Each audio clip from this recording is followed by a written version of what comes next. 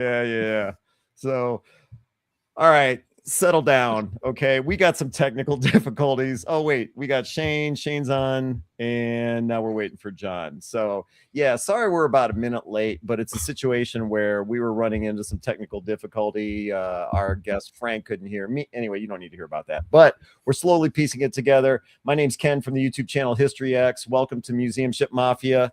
And to my left, we've got Connor, the admin for the Museum Ships Facebook group. Below me, we've got Shane Stevenson, curator for the Buffalo Naval Park. And the guy in the lower right hand, we're going to get to him in a second. Don't worry about him. All right. And let's see. So, yeah, tonight we're going to be talking about, there we go, the Blue Angels and other things. But I thought this is a little bit of an interesting topic because, well, we always talk about museum ships, right? Historical naval stories, anything along those lines. This is different. And I think you guys are going to get a big kick out of this. Our guest, you might find a little annoying because you're going to ask yourself, how can one guy do all of these different things? Don't worry. We're going to get to the bottom of that in a little bit.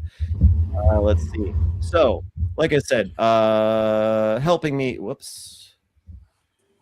Connor, are you doing that? Nope. That's all you. Okay. All right. So, like I said, helping me, we've got Shane Stevenson from the Buffalo Naval Park, John Slater, or John Epp, joining us from the USS Slater. I picked photos showing their vessels in snow and ice. I thought that was pretty clever. Clever. I thought that was very clever, actually. Very clever. Yeah. And as I said, Connor from the Museum Ships Facebook group. Can't do this without subscribers and viewers. So tonight, while we're talking to our guests, submit your comments, submit your questions. Let us know what the temperature is, where you're watching from, and we'd love to put your comments up on the screen. Connor will be taking care of all of that. So tonight, it's another episode of our author series in collaboration with the U.S. Naval Institute Press. We've had so many authors on in the past, and Frank, who we're having on tonight, I think you guys are going to be thrilled with. Let's see. So I'm going to pull this up. All right. U.S. Navy Commander Frank Weisser, author of the book Lead Solo. And I just want to briefly run down Frank's background. It's crazy. Okay. Deployed in combat 3 separate times, which includes Afghanistan and Iraq. More than 5,000 flight hours in military jets, 500 carrier arrested landings, yada, yada, yada. Okay, we've all heard that. But master's degree in systems analysis from the Naval Postgraduate School in September 2009, Frank? What's that all about? Wait, don't answer. We got more. Multiple personal and unit awards, 2-time Blue Angels pilot. We're going to hit him with a bunch of questions about that. But then also, due to his extreme low altitude and inverted flying experience, he was the front seat pilot for a film came out a few years ago. I don't know if you've heard of it, called Top Gun Maverick. Anybody? He filmed the most complex. Yeah, filmed the most complex and memorable air combat scenes. So we got a lot of questions to ask this guy. Plus, he's type rated in the Gulf Stream, type 4, type 5, and he resides in a private air park in North Georgia. I don't know. I want to ask about the private air park. Do you still live there? I do. Yep. We love it. It's they're probably more common in the South where everything's flat, but we live in the mountains. Our house is at 3,000 feet. The runway's at 2,700. And there's a 5,000 foot long runway that's kind of cut in between the mountains. So you can come and go. We don't live properly on the runway, but a lot of folks do. We have a hangar that's on the runway, so we can land, park the plane in the hangar, and be to the house within a minute. It's really cool. And the whole neighborhood's aviation. So when you're getting together, it's pretty easy, whether you're 18 and just learn to fly or whether you're 80 and you've been doing it your whole life. It's a really cool community. Now in my flying days, everyone would decorate their hangar for Christmas. Do you guys do that? Some people do. Yeah, we run to this thing about covenants and what people can and can't do with their various artwork and decorations. But yeah, we're pretty well decorated, I think. And do you currently fly a Gulfstream? I do. Yep. So I got type rated in the G450 and 550 while I was still active duty during COVID because I was attached to the Blues. We were doing flyovers of hospitals and first responders and all that. And then there was a period where I wasn't needed, so I went down to Savannah, got type rated. It takes about a month, and it was a really unique flying thing for me because I'd spent my whole life as a single pilot, single seat airplane. So to go to a large airplane like that where there's two of you, I was absolutely out of sorts trying to figure out how to work with somebody else up in the front. But it's an awesome airplane, and I've flown it the last couple of years, sort of part time when I have free time. And then this past spring, summer, I went down again and got type rated in the G700-800, which is the Gulfstream's newest airplane, and an incredible machine. You weren't used to sharing the controls. That's right. Yeah, I mean, you're not used to sharing anything when you're a single seat airplane, and really, there's this thing where one pilot can do their job for sure and fly an airplane around and fight an airplane like we do in the F-18. And sometimes when you combine them, whether it's a Wizzo in the back seat or whether it's another pilot in the front seat, 1 + 1 can be 2, but sometimes 1 + 1 can be less than 1. If it's not a good crew pairing, if they don't work well together, then you can really detract from someone's ability to fly the airplane or manage the cockpit. Now, your I don't even know where to begin with your story because, like I said in your description, combat experience, Blue Angels. You're a stunt pilot for a major motion picture. Can you put that in order for us? Where did you start? Yeah, I can put it in order. I can put it in order of importance for me. And, I have these shiny objects that brings me to certain events, and that's Blue Angels and Top Gun Maverick. But personally, and I think most guys would tell you this, whether they've been on the Blues or been Top Gun instructors or test pilots or whatever, for me, the most important time of my service was unquestionably the picture that's up there right now. It's coming and going off an aircraft carrier, combat sorties over Iraq and Afghanistan. We're a supporting element in that whole thing. So the aircraft carrier supports the pilots. There's not any natural weapons. I remember hearing this when I was at the Naval Academy, that if you're talking about the natural weapons of a Marine squad, the Marine officer, their weapon is their brain. And they're using their brain as their weapon to fight their platoon or their company. And for us on the aircraft carrier, our weapon is the plane. So you might have 40 or 50 fighters, and that's the weapon system for this 6,000 person carrier. But once we launch, for the majority of our missions, we're a supporting element. We're just there to make sure the ground support element is taken care of. And that's a really cool aspect of it, to be out there knowing that you can deliver an immense amount of firepower in a short amount of time to men and women on the ground who need your support. So that's, for me, unquestionably, that's the most important time. Over 2 years spent at sea flying combat missions, and I'm really proud of that time. Blue Angels obviously garner their own attention for what they are, but truly, as an organization, when we're at our best, it's we're not doing it there for us. We're signing autographs on behalf of the men and women who can't be there to do it, the real heroes who are out at sea fighting. We are talking about, after our show ends, this air show gives us the credibility to tell the story of what you're seeing on the screen. We're out there to say, if you thought that air show was cool, man, if you could be at sea on an aircraft carrier, it would blow your mind. It's way cooler than this air show. And so that's the order of priority for me, unquestionably. As in terms of how it all happened, it sort of was backwards. I went to a squadron first, combat deployments, then to the Blue Angels, then more combat deployments, then back to the Blue Angels, and kind of at the end of it all was Top Gun Maverick. Mark asked the question, these are F-18s, right? That's right. Yeah. And they just let you roam around on the deck, take pictures like this? Most of the pictures I sent you in advance of this were just pictures I had of me flying. So if you're on the aircraft carrier, there's photographers everywhere, and they'll upload pictures at the end of the day. And so a bit selfish on my end. If it was some time that I was flying, landing, launching, whatever, I would snag it, I'd screenshot it or copy it. Just because, it's an interesting thing. You disappear from your family for 6, 8, 10 months, and then you get back together, and I want to see pictures of my kids and all their adventures and what they've been up to. And they kind of want to see what I've been up to also. So now this is 10 years ago. The connectivity was really limited. You might have an hour of internet connectivity every day. And that would be to email back and forth, to maybe download the paper to try to catch up on current events. I have these big black holes in my life of things that happened where someone would say something innocuous like, oh yeah, well, when Whitney Houston died, and I'd say, Whitney Houston died? When did that happen?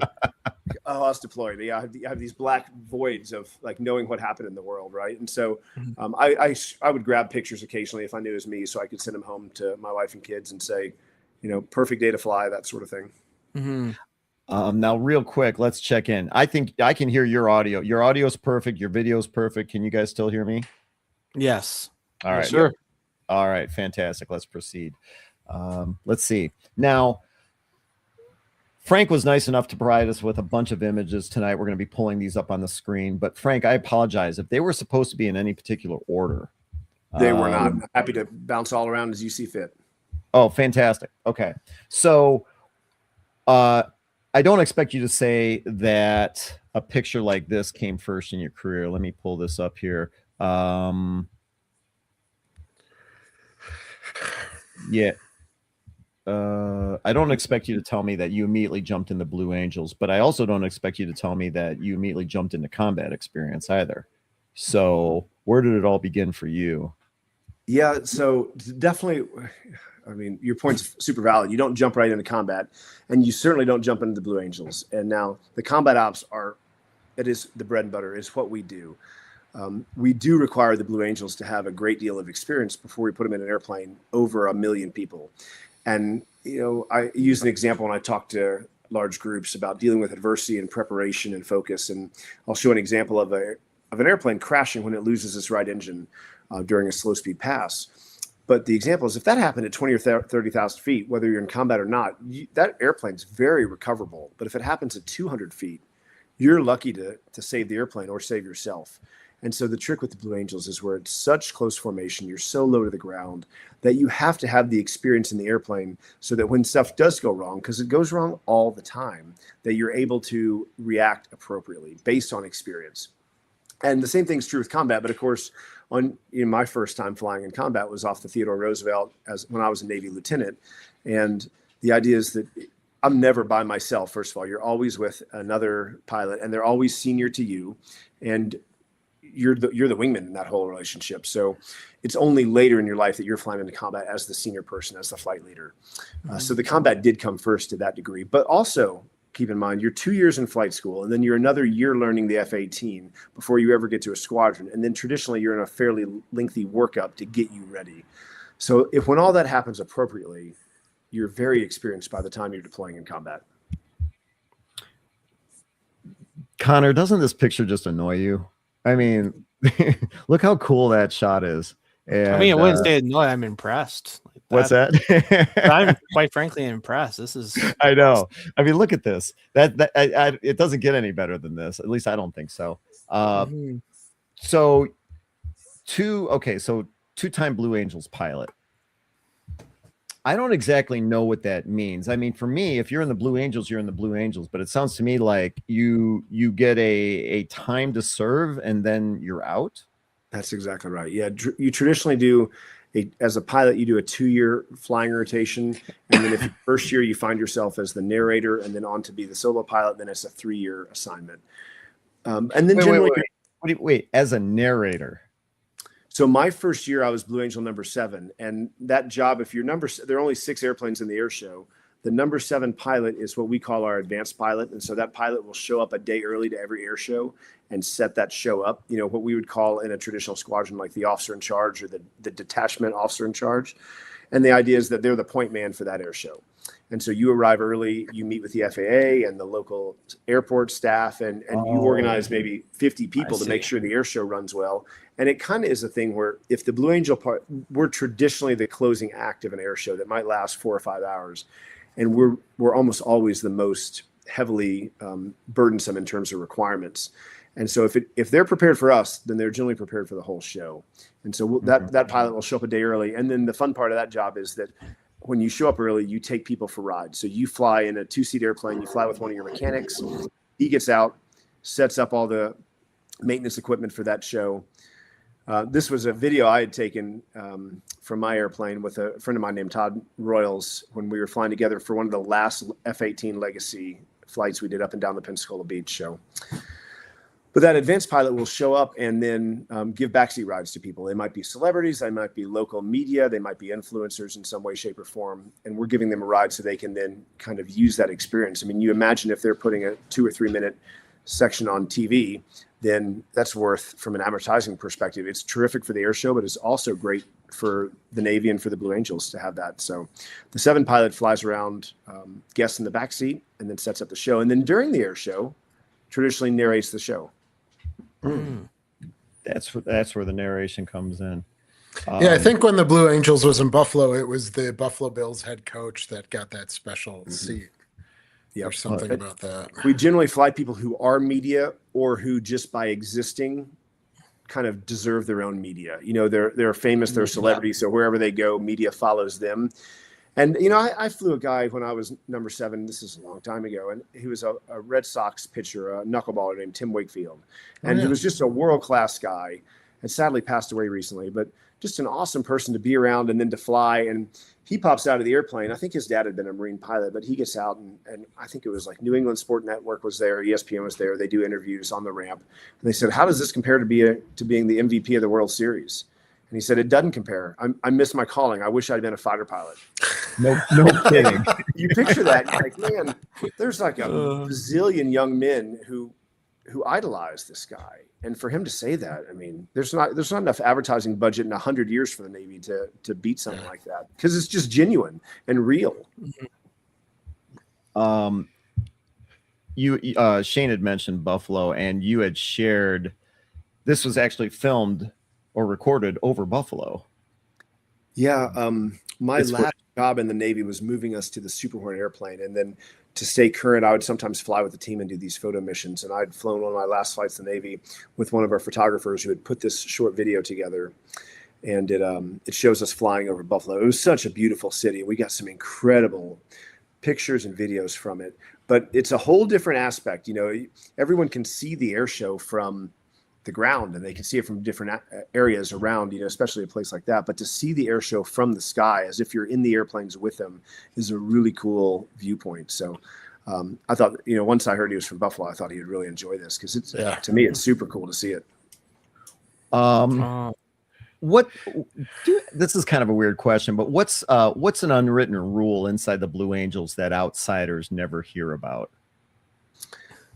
We have a number of rules where we hold ourselves to a certain standard. If you, for example, if you don't have 2 pins with you in your flight suit, one for, you know, a Sharpie for signing a certain kind of picture, and then another pin for whatever you need to write with. If you don't have either of those pins with you, then you're paying a fine at the end of the day. Seriously? At any point in the day, you bet.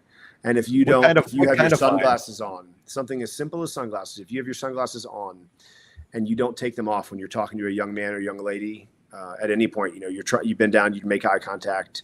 If you don't take them off, that's a fine. And we have a gazillion different ways to fine each other, to hold ourselves to a higher standard. Really? I you know what?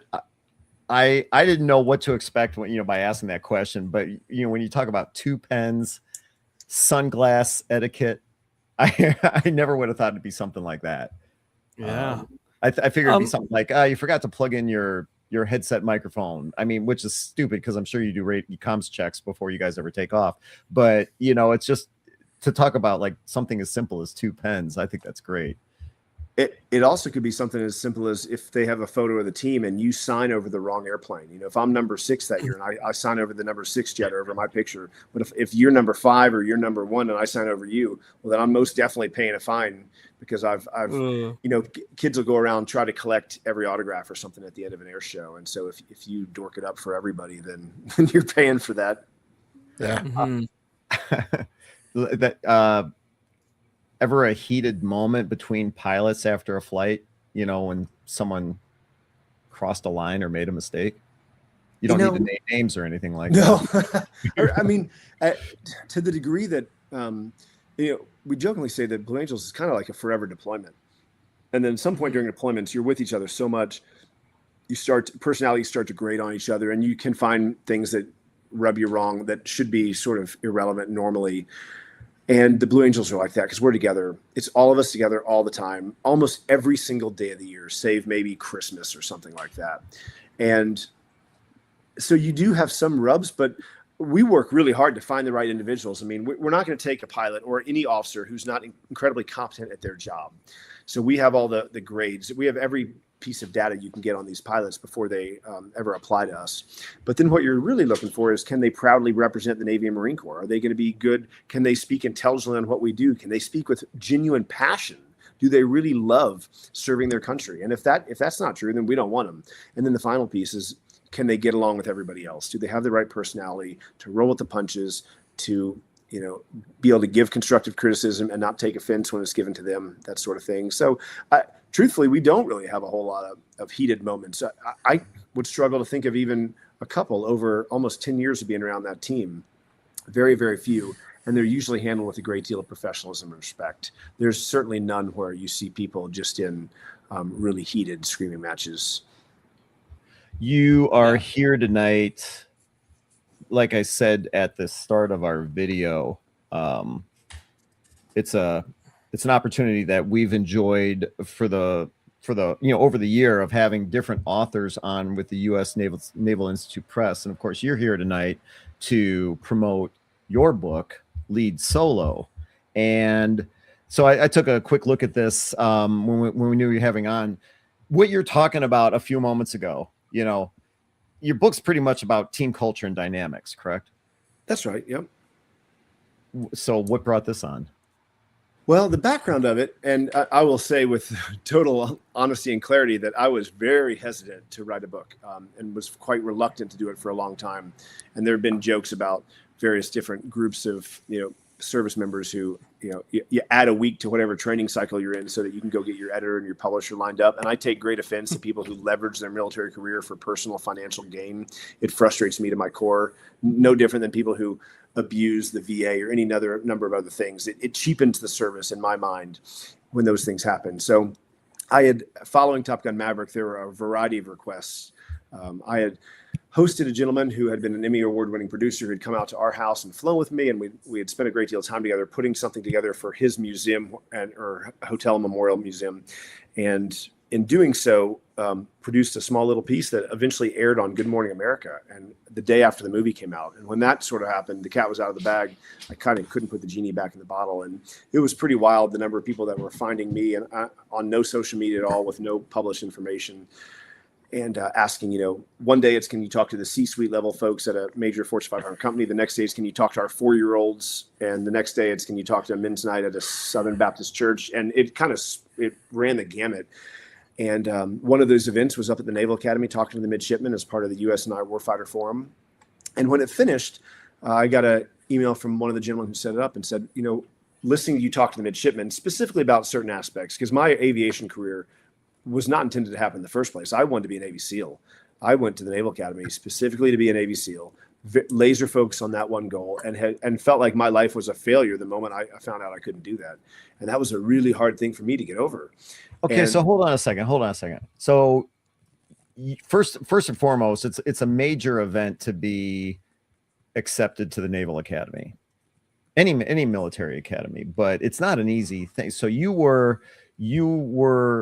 entered the Naval Academy, but like you said a few moments ago, with every intention of becoming a SEAL, and you were rejected. I was, you bet. And it was a hard pill to swallow, especially at 22, when you'd spent, for me, like age 12 to 22, that was all I'd want to do my whole life. And the trick with putting aviation second, and that is a bit of a rub point, and they kind of tell you that ahead of time, that they want you to put down SWO second, because if you go to a ship and get qualified, you can transfer to the SEALs a couple of years later. And in aviation, you just can't do that. You're a minimum service requirement of 10 years because of the time to train. And so you kind of know that. But to me, the challenge, I had wanted to be a SEAL. I certainly had. But the other aspect of aviation is I had so many friends who were so much smarter and better than me at everything, and they had wanted to be pilots, and they had flown a lot. So the chance of me going down to flight school and being even marginally successful seemed almost impossible. And so I had put down SEAL, like I said, for a variety of reasons, and felt like I was competitive for it, but didn't get it. And then felt like I'd sort of failed into aviation. And then to say it went downhill from there, it's an understatement. I mean, I couldn't do a thing right. I couldn't pass the test to get through ground school. I couldn't taxi the airplane right to even be allowed to take off. When I did take off, I couldn't land the stupid thing. So I was a proverbial hot mess. And And I was a slow learner in a variety of ways. And I was being evaluated with people who had been doing it for a long time. And so I had explained this to the midshipmen and said, if you watch this, let's look at some Top Gun videos. I want you guys to recognize that I had a really cool aviation career and one that I'm very proud of, and got to do some really incredible things. And we're watching this F-18 pass, feed over this guard shack in Top Gun Maverick. But I failed my check ride. I was one flight away from getting kicked out of flight school before I'd ever been in an airplane by myself. And the point was to share with them that, like to your point, people at any service academy or in college or in general, they haven't failed it a whole lot. They've been pretty darn successful or they wouldn't be there. And so the danger is some of these young men and women are so used to success that when they do find failure and they encounter it, it can be, career ending or life ending or something like that. So my point was just to share that most of them, probably the people that they look up to and their mentors, probably failed a lot. They just don't know about it. The only difference was those people just didn't give up. They just kept at it. I was listening to a podcast recently that I really enjoyed. It was the Sean Ryan show with Jocko on. And, they said, what's your advice for young men? And he just said, don't give up. And for sure, that's the answer. And it's true if you're a buds. I spent a month out at Mini Buds and loved it and thought it was great. And I knew it's what I wanted to do, but just don't quit. And so for me, I failed at everything. I just didn't quit. And that proved to be very helpful in my military career. And so this is a long road to a short house, and I apologize for dragging this out. The point was I gave them this talk to the midshipmen. The folks at USNI thought that might be helpful for some more midshipmen and some more young men and women to hear. So they asked if I could turn it into a short book and explain some of these lessons, some of the experiences I had. My reluctance was simply that I didn't want to write a book about me. I felt like I could close my eyes and name, no kidding, I can name 100 people who are better in the airplane than me, better officers than me, more motivated, stayed in longer, everything. And I revere them. Those guys are my heroes. I wanted them to write the book. And it felt only right that it would be them. And so we sort of went back and forth. And it was my wife who had the good sense to say to me, they're asking you to write the book. This isn't a platform you asked for that you wanted, but it is your platform right now. So if they're asking you to write the book, just do it, but write it about your friends, write it about your sailors, write it about your Marines. And I thought, that's actually a genius idea. And so I went back, I proposed that basically. And then I said, the other critical aspect of this to me is I don't want to make any money off this. I don't mind putting in the time and the work, but it has to go to a good cause for me to be able to sleep well at night. So they were totally open to that. Not only were they open to me putting my author royalties towards a charity that mattered to me, but they agreed to chip in even more money than they would normally give to also go to that charity. And so that's called the Wingman Foundation, totally kick-ass charity, founded by Marines, and they take care of families after mishaps. And so go ahead. Sorry.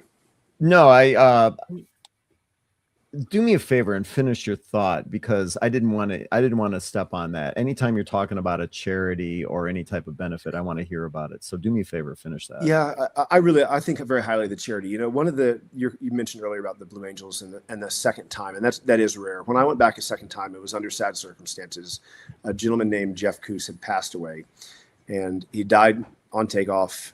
And so I filled in for him. And the challenge with the Blue Angels is when something like that happens, you can't just go back out into the fleet and grab another pilot and train them up. You have to you go through a very small Rolodex of people who've flown that position, and that's who you can use. And so as luck might have it, I was basically the only person whose timing and career worked that I could come back and fill in. So I came in and filled in for Jeff for the next 2 years. But wait, I remember that. Was that like, you said on takeoff? He crashed on takeoff? It was the Nashville Air Show in 2016, June 2nd of 2016. And it was at the Smyrna Airport, which is just southeast of Nashville. And it was one of these heartbreaking things. The expression, like, only the good die young, kind of always seems to ring true, especially when it's people Everyone who I've lost in aviation are the best of everyone I've ever served with or worked with. And I never met Jeff face to face, but I know because of the massive hole he left in our squadron, in the families, that, was just a world-class man and father and Marine. And so when you fill in that position, it's not an easy thing to do to go back in there. But what I watched as we got to know his widow and his children was that they were supported by a lot of people, and they were very blessed in that regard. But one charity that swooped in is called the Wingman Foundation, and it's a group of Marines that just, in your darkest moments, you can picture a widow and all of the bad things you think about in the moments after a crash and the days and the weeks that follow. You think about all the things that don't matter. How do I pay my bills next month? What are my kids going to do for college? How am I going to afford my car payment? And that stuff doesn't matter. But in the moment, you need to focus on your family, on your loved ones, on mourning the loss of your spouse. And so this charity comes and says, in the short term, we've got everything. Don't worry about it. We'll take care of you. And that even is more important when if it's like a CH-46, or if it's something where there are a lot of enlisted Marines who might not have the same nature and nurture that someone like Jeff had as a Marine captain in a Blue Angel. And so charity's terrific. I think very highly of them and what they do. And so it was important to me that, one, anytime I can talk about them, I certainly will. And two, if they can make some small amount of money off my book, then even better. I wish I had a picture of him that I could put up on the screen. But going back to what you had said earlier, and I want to have, I don't want to be the one to ask all the questions. I got a ton of questions, but I want Shane and John and Connor to jump in as well. But before we do that, you had made the comment that whoever you look at, you know, role model or whatever, 9 times out of 10, people don't realize how many times that person has stumbled or failed or screwed up or got kicked out of something, you know, got kicked out of college to only become the drummer in a iconic band, or in your case, you know, to be, you know, to not make the SEALs. And then all of a sudden here you are, combat veteran, and you're in the Blue Angels. Have you ever heard of a guy by the name of Greg Pappy Boyington? I think I have. You know who I'm talking about? I do. So yeah, World War II ace. He flew the Corsairs, and he was part of the Marine Squadron. I think it was VF 214, and he wrote the book. Baba Black Sheep, and at the very end of the book, he basically, you epitomize, like, or you describe the last sentence of the book, which is, show me a hero and I'll prove he's a bum. you guys have never heard that before? Oh, no. And then here's Frank talking about, I mean, it literally is that. It's like, no matter how high a pedestal you put someone on, they've got faults. They've made mistakes. They've screwed up. And then here's Frank telling that story about, you know, he's in the academy, which is huge, but then can't make the SEALs. And now here you are. I don't know. I think it's a great story, man. I appreciate you sharing that. Yeah. Right. Yeah. I think the best learning is through failing and working through that. And isn't it? You know, how many times do people just give up, right? They want to try something, they fail once, and then they're like, well, I'm just not going to bother trying it again. And that's 100%. Probably 95% of what makes people successful, or what makes people not fully achieve their goal, is just that little click in your head that says, I'm not going to do it anymore.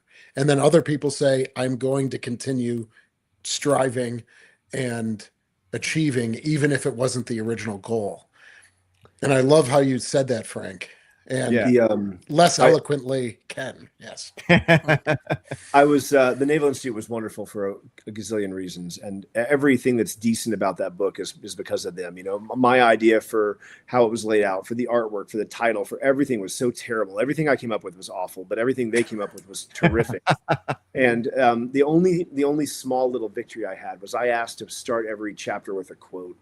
And that's maybe corny. I'm a big fan of John Krakauer as an author. I've read everything he's ever written, and he was the first person, I think it was when I read Into Thin Air, that he started chapters off with quotes.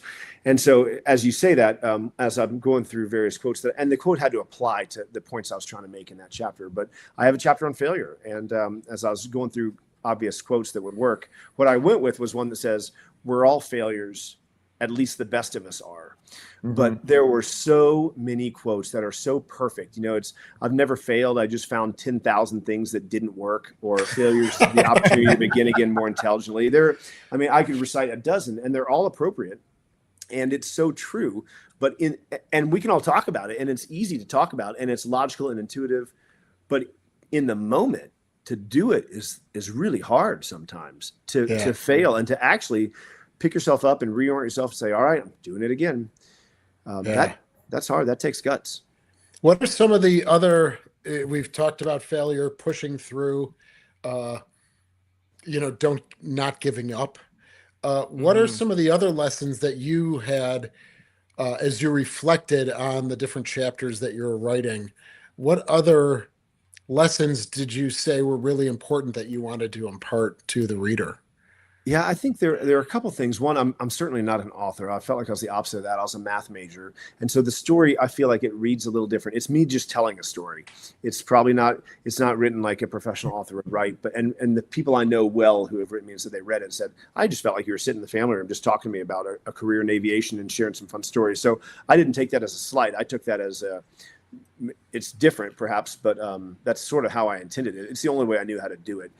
And I do think as I wrote it in essentially the order it's in the book, and I felt like I got a little bit better. You know, there's this learning aspect that happens, or even if you nerd out, it's the coefficient of learning is how much better you get slowly as you do the same thing. And for me, that was just writing and telling stories and then shaping it into the lessons I was trying to portray. But as the chapters went on, I think I was better at doing that. And then, so failure, of course, was I thought an important one for me to share. I added a chapter on courage that I'm happy to talk about that I don't usually talk about in speeches and presentations. But then I also talked a great deal about communication, and that's a big one for the Blue Angels. And I did it because, you know, I can give a little backstory and how we fly our formation around, because it's not necessarily intuitive how we move these airplanes around all together. You have to do it with you're almost singing to each other as you go through it, where you're talking on the radio, you're depressing the comm button and talking, and then everyone's moving the airplanes based on what you say. And so there is that aspect of communication. But the really important stuff for us as Blue Angels, and kind of what I alluded to earlier, is the idea that we as a group intend to be hard on each other, but hardest on ourselves. And if we admit our own failures, if we acknowledge our weaknesses, if we do the whole extreme ownership aspect, that I'm going to tell you what I screwed up long before I have to hear it from you. If you do that, it makes you vulnerable. It makes you uncomfortable when we're not used to doing that. But if you do it, if you can become part of our culture and acknowledge and admit failures during the day, in the airplane, on the ground, whatever the case might be, then when it comes to the debrief, it goes so much better. And the real trick for it is as a leadership lesson, it has to start with the senior person. And if the senior person in any relationship, whether it's a group of 2 or a group of 2,000, if they're willing to stand up in front of a team and say, I screwed up, then it has this really powerful impact on the organization. Because you never look at that person and say, well, I used to respect you, but now I don't because you told me you messed up. Quite the opposite is I respect you a whole lot more because I know you're great. And now you're telling me about times you messed up. You'd only do that if you're incredibly confident in yourself. And so that is something I share in the book. And it's a really valuable lesson, and that most people are just too scared to say they did something wrong. I read years ago that the 3 least commonly used words in the English language together were, I don't know, because no one ever is confident enough to admit they don't know something. You'd rather fake it till you make it. And so the next aspect of that would be, I screwed up. And people are really unwilling. I got out of the military and went into real estate development and general contracting. And I found it right away on job sites and working with a bunch of my subcontractors out in the field, was that no one ever wanted to say they didn't know something, and no one ever would admit they screwed up. Only the most confident would. And those are the ones who succeed. But there's this, it takes a bit of courage and confidence to do it. Mm-hmm. You know, we're looking at video. Again, this is video that was taken during a show that you guys did over Buffalo. And when we did the intro, I had mentioned that, 5,000, was it 5,000 combat flight hours, mission hours? It was an incredible number. But when you're flying with the Blue Angels, is there any kind of maneuver let's just go with maneuver that was one that you dreaded, maybe because it was more physically punishing? And what toll does that take after all of these shows that you guys do? I mean, how many shows do you do in the course of a season? We go with a saying that every practice is a show and every show is a practice. And that kind of is, you probably heard the expression, either if it ain't raining, we ain't training, or if you bleed in training, you won't, we bleed in training, so we don't bleed in combat. It's the same mentality, meaning if we treat every practice like it's an air show in front of 1 million people and bring that level of intensity to it, then we'll get more out of the practice. And when you get to the air show, if you're the person who's going to be uncomfortable performing in front of 1 million people, if you just treat it like a practice, then it's a non-event. It's just every single day of the week. Mm-hmm. But for us, we'll fly 6 days a week, and certainly during training, multiple times a day. And so you fly that same air show with the same people hundreds and hundreds of times over the course of a single show season. And then over the course of 2 or 3 years, you'll fly that air show, thousands of times.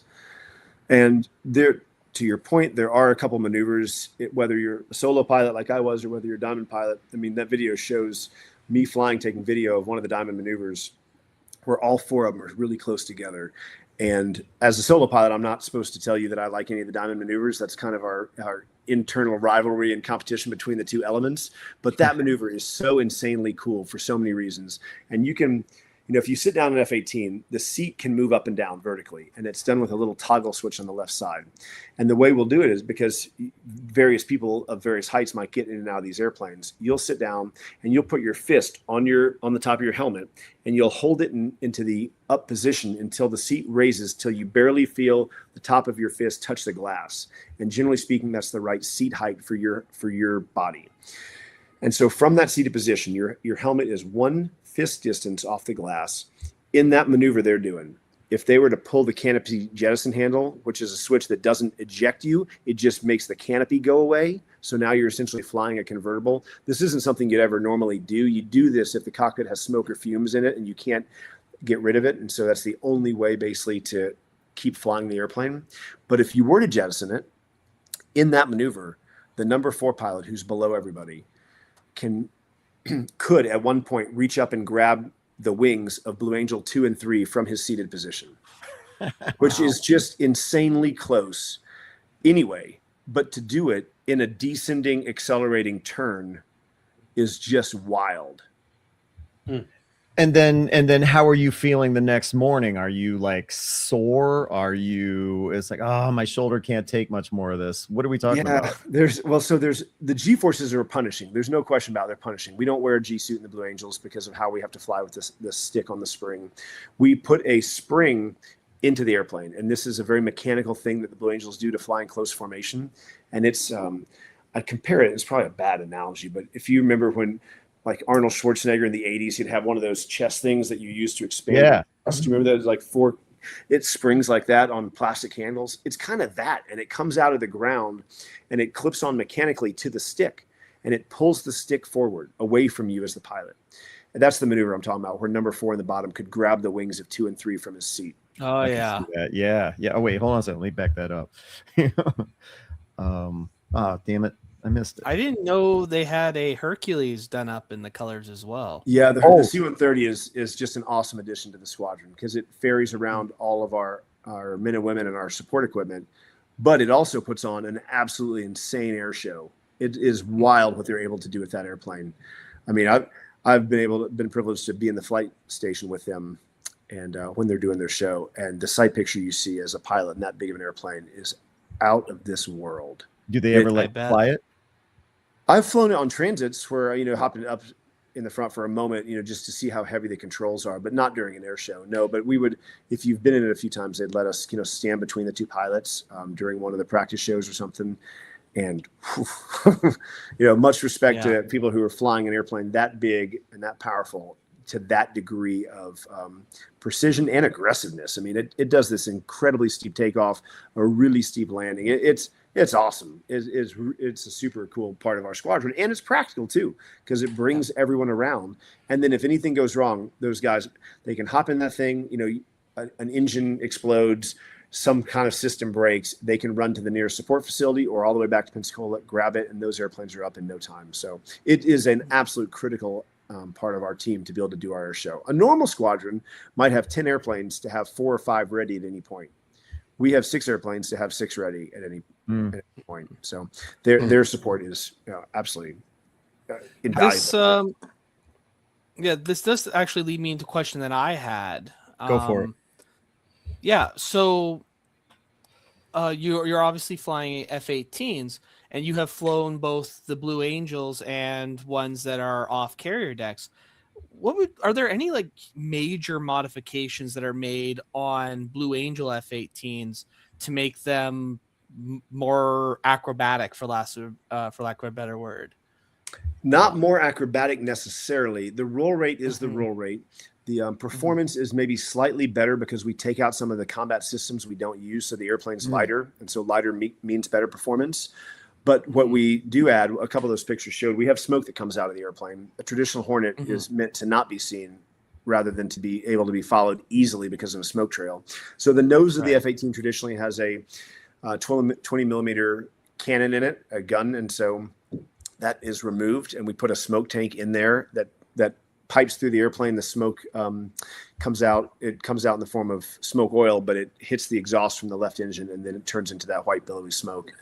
But then the other thing we do, we add that spring I started talking about, which is a 40-pound spring that gives you better control. And then we also add, to your point about aerobatic maneuvers, we add an inverted fuel pump. And that one's really critical because a normal F-18, 20 to 30 seconds upside down, you're going to flame out because the fuel is gravity fed. And so the inverted fuel pump allows us to continue to pump fuel into the engines while inverted for a prolonged period of time. Yeah, makes sense. Yeah. Part of the reason I asked as well is about 2 years ago, I had the opportunity to watch the Canadian flight team, the Snowbirds, do a show here in Thunder Bay. And while I didn't get an opportunity to talk to the pilots, a friend of mine did, and they asked, why didn't you fly F-18s? And they said that, if we did that, we wouldn't be able to do some of the maneuvers we do in our tutors. So it was just kind of interesting that I was kind of interested to see like what modifications were made so that F-18s could fly their show. I think the other benefit is that we have so many F-18s in the Navy. It's not quite as big of a drag to grab 6 or 8 of them for an air show, whereas the Canadian Hornet fleet is slightly smaller. But I've gotten to ride with the lead solo of the Snowbirds before, and it's jaw-dropping to see what they're doing in those airplanes. They're having to think way – in an F-18, you can kind of power out of any mistake you've made. In an airplane like that, when you're in formation, you have to think way far ahead of the airplane to have the energy to make it for the rendezvous, to be able to complete the maneuver. And the airplane requires so much agility. I mean, it's like you picture someone like riding on a unicycle while juggling and also doing stand-up comedy and in a fight with someone else who's doing the same thing. They're just absolutely taxed to the limit physically in that airplane. It's really cool, and they do an awesome air show. Yeah. How are you doing? How are you doing on time? Do you have to? How much more time can we have with you? Me personally, I'm yours. All good. I've got a cup of hot tea. I'm wide awake, so whatever you need from me is good. I'm happy to talk to you guys. All right, John. Any questions for Frank right now? Yeah, I have 2. Go for it. One is, are you guys capable of flying off of carriers for these shows, or is it strictly land-based? That's a great question. There are some modifications you do to Hornet when it becomes carrier-based. You increase the pressure on the tires. You probably service the snubber pressure, which keeps the hook down. But in general, we've had one of our old Blue Angel bosses took a Blue Angel jet and trapped, landed aboard an aircraft carrier just to do it in a Blue Angel airplane. There's some fun pictures online if you did that. Oh, by the way, a C-130 has also landed on an aircraft carrier. Yeah, that I knew. Yeah. Wild situation. But we don't do it with any regularity, as far as I know, but I don't think there's anything that would prevent us from doing it, aside from the fact the airplanes would get really dirty really fast. Carrier decks are not clean places. The airplanes come home from deployment just covered in 8 months worth of grease and grime. But no, it shouldn't be terribly. I wouldn't think it'd be terribly hard to do. There is certainly a pilot proficiency aspect. Before we send squadrons on deployment or to the carrier, we get them a lot of carrier landing practice. So we'd probably have to put our pilots through some kind of ramp up to that. But most of them are pretty experienced, so I wouldn't anticipate it being a huge challenge. Now, has the Navy ever done a study to figure out how successful this program is in terms of recruiting? If there's been a study, I haven't read it. Anecdotally, it's very effective. There are a number of people that we would fly around, 1-star, 4-star admirals who would get out of the airplane and say, well, I didn't know what to make of this, or I can't tell you what I anticipated, but I will tell you now that it was a wild experience. And I joined the Navy because I was a 12-year-old and saw the Blue Angels fly in Umpty Frat's town. And so that aspect matters. And then I think what we definitely see is at our local recruiting districts following air shows, there is a massive uptick for the time being following the show, because it's an hour-long advertisement. But really, we're planting seeds. We're not trying to convince someone who's a wayward, lost person at 22 to join the military. That certainly happens, and that's not a bad thing. But we're also planting seeds in hopefully 6, 8, 10, 12-year-olds to to think about. And it doesn't have to be join the military. It can just be, aviation has this really cool aspect. It is propelling you figuratively and literally off the ground into the air at supersonic speeds. It's challenging you to do things you didn't think were possible. And so we don't have to be there just to sign everybody up for the service. We want them to be there to challenge what they thought was possible and to apply themselves in ways they didn't think they could. And I think it does that very much so. Yeah, I think that's a lot of oh, sorry, John, did you have a second? No, question? go ahead, Shane. That was me actually. Go ahead. Oh, sorry, Ken. Yeah, no problem. Yeah, like when the Blue Angels were in Buffalo, in that video, you talking to Sea Cadets, part of your Blue Angels team. So they met with 30 or 40 Sea Cadets, talking about leadership and, striving for your goals. I think there's also like a school aspect. Do Blue Angels go visit schools and we things definitely like that? do. Or, Yeah, we'll send all of our pilots on Friday morning to each of the local high schools with the recruiter, just to talk about what we do and the intents. I would try to give a few minutes on why I chose to serve my country and then what the experience has been for me thus far. But it's not one of these things where we're not passing our clipboard where you have to give your phone number and email address because we're going to start hitting you up with advertisements. Right. That's just not what we do. We're looking to hopefully inspire and motivate rather than just sign up people for service. Awesome. When you look at a picture like this, and where was that one? There was another one. Okay, here you go. I want to pull up this one instead. You're talking about the public component of it. If I can't think of a better word to describe than that. You talk about you got to have your Sharpie marker to sign autographs. You're spending time at the schools on Fridays. I mean, you're doing everything you can to get in front of the public, but I'm trying to think of how I can ask this. What's the strangest thing or funniest thing a fan has asked you as a Blue Angel? And I'm not talking, kids say the funniest things. I'm not talking about that. I mean, it's like, have you ever been in like in an awkward spot where it's like, what? How do I Yeah, I have. Because dealing with the public's not easy. Ask Shane and John. They give tours all the time. It's not easy. Well, of course, after doing it for 10 years, I've had a number of awkward situations. Some are probably not appropriate for any audience, that I would repeat because they were a little too risque or gross. But there are others where, for whatever reason, and this is pre-COVID even, when people weren't quite as sensitive to germs, but you'd have a guy comes up there and he's 60 years old and he's got, long hair and a mullet and it's pulled back in a ponytail and there's a wife beater and they've been out in the sun all day long and they're just sweaty and gross. And he'd have a Sharpie and he'd put it in his mouth and rip it off and hand it and be like, sign my back, dude. And the back would just be like this hairy back. And you're like, buddy, I'm not allowed to sign skin, and I don't even want to touch your Sharpie now that you just shoved it in your mouth. So you run into cases like that are a little disgusting. I had someone bring up an inflatable doll at a show in Reno, and not a PG-13 doll, a pretty inappropriate doll, and asked me to sign that. And so that was obviously that's in our long list of things we do not sign. And then I had a close friend of mine who I have a really close group of high school friends I grew up with, and they're great. They've been great supporters of mine.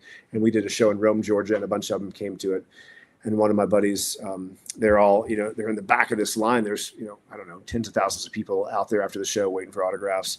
And this guy's a bit of a clown, but he's probably 4 or 5 people deep. And so he like leans over his shoulder, shouts at our other friends, but really anyone who listens, he's like, hey, never mind. That's number 5. We don't want him. That's the boring one. Everybody go right. 4's down that way. And I look back, I'm like, you jerk, what are you doing, man? But there's this sense of like when you're in a big crowd like that everyone's like, oh crap, we got the wrong guy. They couldn't see where they were. So long story short, everybody in front of me just cleared out.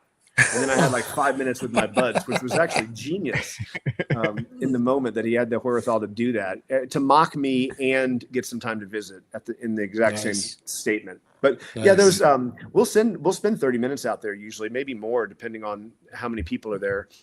it's also pretty routine that as we wrap up, because there's a point where we've got to go debrief and get in our airplanes and get back to Pensacola before a certain time when the tower and the airport closes. And, you'll have grown men and women who are shoving things in your face when there's like a little 5 or 6-year-old kid down below being super polite. And so then you typically kind of gravitate towards the young men and women. And then at some point you get pulled off, you got to go. And it's not every week, but it's pretty routine that someone will say, "Get back here, I pay your salary." And you're like, Oh, jeez. "Oh man, I pay taxes too. We're all in this together, buddy. We got to go." So And you have awkward times like that, but in general, it's great. And in general, it's a super fun time. And it is why we exist, right? The Blue Angels exist because we're there to tell everybody else's story. So I explain this to the degree I can, but the air show is really just a mechanism that gives us the credibility to be able to go out and have this important conversation. If a kid watches an air show that's overwhelming, they can see it, they can feel it, they can hear it. They see the airplanes land right in front of them, the parking brake set, the pilot hops out of the plane and walks right to them. That's kind of this like larger than life experience. Like, holy mackerel, was that you? Did you just fly that? That was incredible. And that's when, as I said before, you say, well, if you thought that was awesome, let me tell you right now, all of my buddies are flying off an aircraft carrier at night. And that's insane, actually. Mm-hmm. And so the Blue Angels exist to tell the real story, the cool stuff. Mm-hmm. I want to get to one of the more interesting parts of your story, but before I do, Connor, John, Shane, any other questions? No, it's just fascinating to listen to. Thank you so much, Frank, for being here. Yeah, of course. Yeah. And you know what? Shane actually kind of makes a good point. I want to, for those of us, or for those of you that might be just jumping in on what we're talking about, we're talking to U.S. Navy Commander Frank Weisser, author of the book Lead Solo. Frank not only flew FA-18s over Afghanistan and Iraq, he was also a Blue Angel pilot, not once but twice.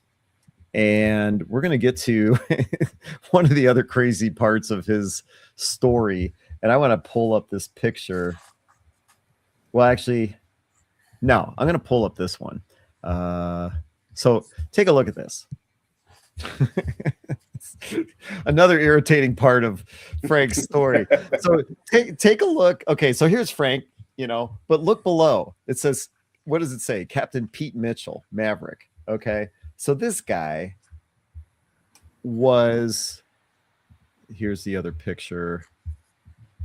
He was Maverick in Top Gun Maverick. So you were, correct me if I'm wrong, you were the lead stunt pilot, or no, not stunt pilot. You were the lead pilot for the filming of the movie with Tom Cruise behind you.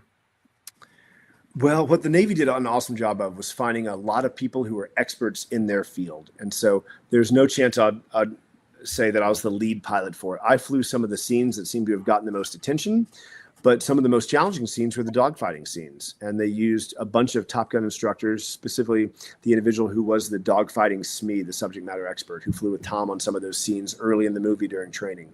And then, for example, when we took all the airplanes out to the aircraft carrier to film those scenes, Tom flew on it. He launched and landed aboard an aircraft carrier, and we used the instructors at our fleet replacement squadron to fly with him. I was involved almost exclusively because of my time flying low altitude with the Blue Angels. And Tom was insistent that a few of these scenes had an airplane at 10 or 20 feet off the ground. Traditionally, we don't fly that low.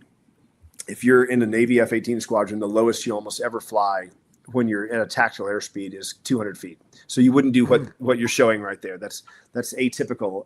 And there's nothing hard about it. I mean, to fly level is about as simple as it gets, but to fly level at a low altitude with very small room for error, and to have, at this point, the altimeters don't matter, because at a certain speed, the altimeters induce error. The rad out can be inaccurate. So it becomes an eyeball calibration sort of thing. And on the Blue Angels, we do it so much that I just had a good deal of experience. And once again, anybody could have done it. I just was kind of the risk mitigated option to do it because of the years I'd spent flying. So that's an example. That film, or that scene right there, was what became the Dark Star takeoff, where they use this Mach 10 airplane and it takes off and it dusts the Admiral, who was played by Ed Harris. And to set that up, we just did this really low altitude takeoff and low altitude pass and a high performance climb. But that's the Blue Angel number 6 takeoff maneuver. And I had flown that maneuver hundreds, maybe thousands of times. And so to have someone who's done that so many times, it's like, okay, well, it probably is going to go well. this person's been able to fly this and debrief this over and over and over again. And so that was my involvement, was these low passes, the inverted stuff. You know, we filmed the scene that they did in the first movie where there was an airplane inverted, an airplane right side up, and we filmed that for real. We did it with an L-39 filming it next to us. I'm inverted, and then the commanding officer of Top Gun was right side up alongside me. So some of the Paramount did an awesome job. They wanted everything to be real. They wanted, if you see an airplane, if you're seeing something on the big screen, it was filmed by an airplane in the air of other airplanes. And like this scene, for example, that's running through the canyon. Tom and I flew. There's a halfway through the movie, the character borrows or steals this airplane to prove that you can go through this canyon in a certain amount of time. And Tom and I flew this. It probably took about 2 minutes and however many seconds. And we just flew it over and over and over again, multiple days and sorties in a row. How do you get picked for this? Well, I mean, probably story of my life. I was just the only one available, I think, at the time. You know, they needed a Blue Angel because the airplanes at low altitude. The Blue Angels who were on the Blue Angels were flying air shows, so they couldn't go away for weeks at a time to film. And they really needed someone who had experience in the Super Hornet, and that was my job in the moment, was transitioning us from a legacy F-18 squadron to a Super Hornet squadron. So I'm in a position where I have plenty of available time. I'm familiar with the new airplane. I've got lots of years under my belt flying with Blue Angels for air shows. So I don't know that there was anybody, if they had another person that had the same amount of experience, that would probably picked him. Right place, right time. Totally. So I'm sure this question would come up, but can you explain the camera work with Tom Cruise making it look like he's piloting? Is he actually in the second seat and then there's a camera, you know, and he's pretending to move the stick and stuff? Or how did that, if you can share that stuff? That's a great question. We had 2 airplanes that were painted up in the Top Gun colors. One was a single seat and one was a 2-seat. And then the 2-seat airplane had the entire back of it. Normally, if you're the Wizzo in the back seat, the weapons systems officer, you were looking at various screens that tell you, you know, the airborne radar or your navigation or your radios or that sort of thing. Most of that was removed, and there were just these ultra high def IMAX cameras. And not only were they there, like it filled the entire back seat. So traditionally, the person in the back has a little bit of visibility. Let's call it from like the chest or shoulders up through the canopy. You can see forward. You want to be able to, I mean, if you're in a dogfight, you want to help the pilot and tell them, you know, where you can see the enemy aircraft or that sort of thing. But the whole airplane was covered in cameras. And whether I'm not smart enough to know what the angle of these lenses are, but it really truly does make it look like the person in the back seat is in the front seat. And so, yeah, the actors flew for hundreds of hours in the F-18s. And it's a really crucial aspect of this is that, you know, the actors can act in the sense they can run through their lines and they can go through the right emotions, but they can't act like they're under 7 Gs. There's no, I don't care who you are. You can't pretend that your body is being crushed by an elephant in your seat. You just can't, and you can't contort your face in that way. But you can act while you're under 7 Gs. And so that's what they did. And they were super good sports about it. I mean, not only were they acting at 7 or 8 Gs, you know, 7 times the force of gravity on their body, but they're also inverted. They can't see forward. They're directing the pilots around because they can see the cameras and what the lighting looks like. So they know what the best shot's going to be. So they're driving around the pilots to some degree. They're also their own hair and makeup stylists. They're having to fix themselves constantly. So it was I think for them, it was a really unique acting role because they were totally by themselves. And if they didn't do the job right and they came back and Paramount say, you know, you just wasted $20,000 in an F-18 and you didn't do what we needed you to do. So I think there was some pressure on them to get it right the first time.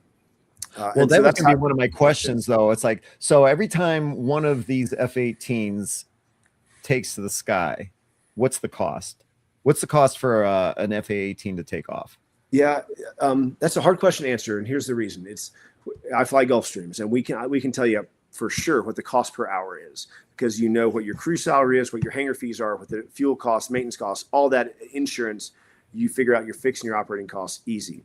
The Navy, it's not so easy. And the reason is we don't pay hangar fees. We don't pay crew salary. We don't pay insurance. There's not an easy way to break down some of those costs. What we can figure out is what the cost of the fuel is and what the cost of the basic maintenance would be, the consumables might be. Okay. And I believe there was a number that the Navy came up with for Paramount. My rough guess is it's around $13,000 per flight hour. And that only covers the gas and perhaps the oil. deal. You know what I mean? Per flight hour. Per flight hour. Yeah. Wow. But once again, that's a bargain for what we're actually paying. How so? Well, because they're not paying the crew who's flying it. They're not paying the mechanics who are fixing it. They're not paying the base for letting. If I brought a Gulfstream and landed in Scottsdale, I pay that airport fees. I pay the FBO that catches my plane fees. They weren't paying any of those fees. So you're saying the movie studio got a bargain? In that sense, they only the agreement we had, the Navy and Paramount had, as I understand it, was that it was a zero-sum deal. The Navy couldn't profit off it, and Paramount couldn't not pay what they. It was a zero-sum situation. So the Navy didn't lose money, and in turn, what we got was a 2-hour advertisement.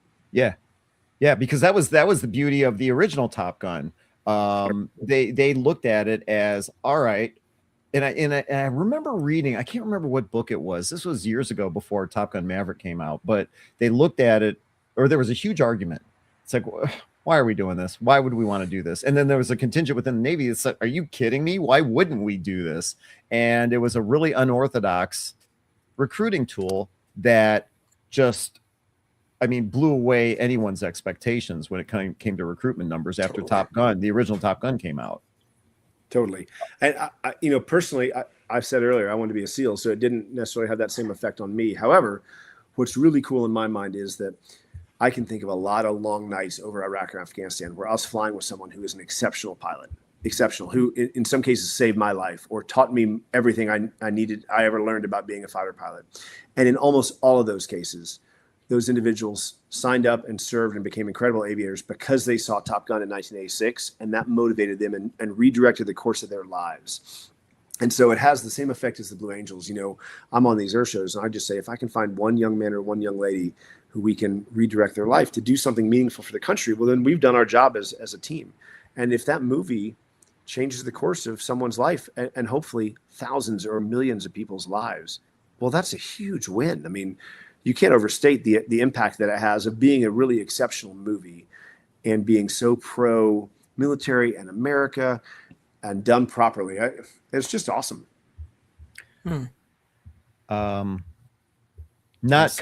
Not combat, but with the Blue Angels or any of the filming that you've done for the movie Top Gun Maverick, any nightmares? No, I haven't. I've been in some unsettling situations in airplanes for sure, but I don't have any PTSD from flying airplanes around.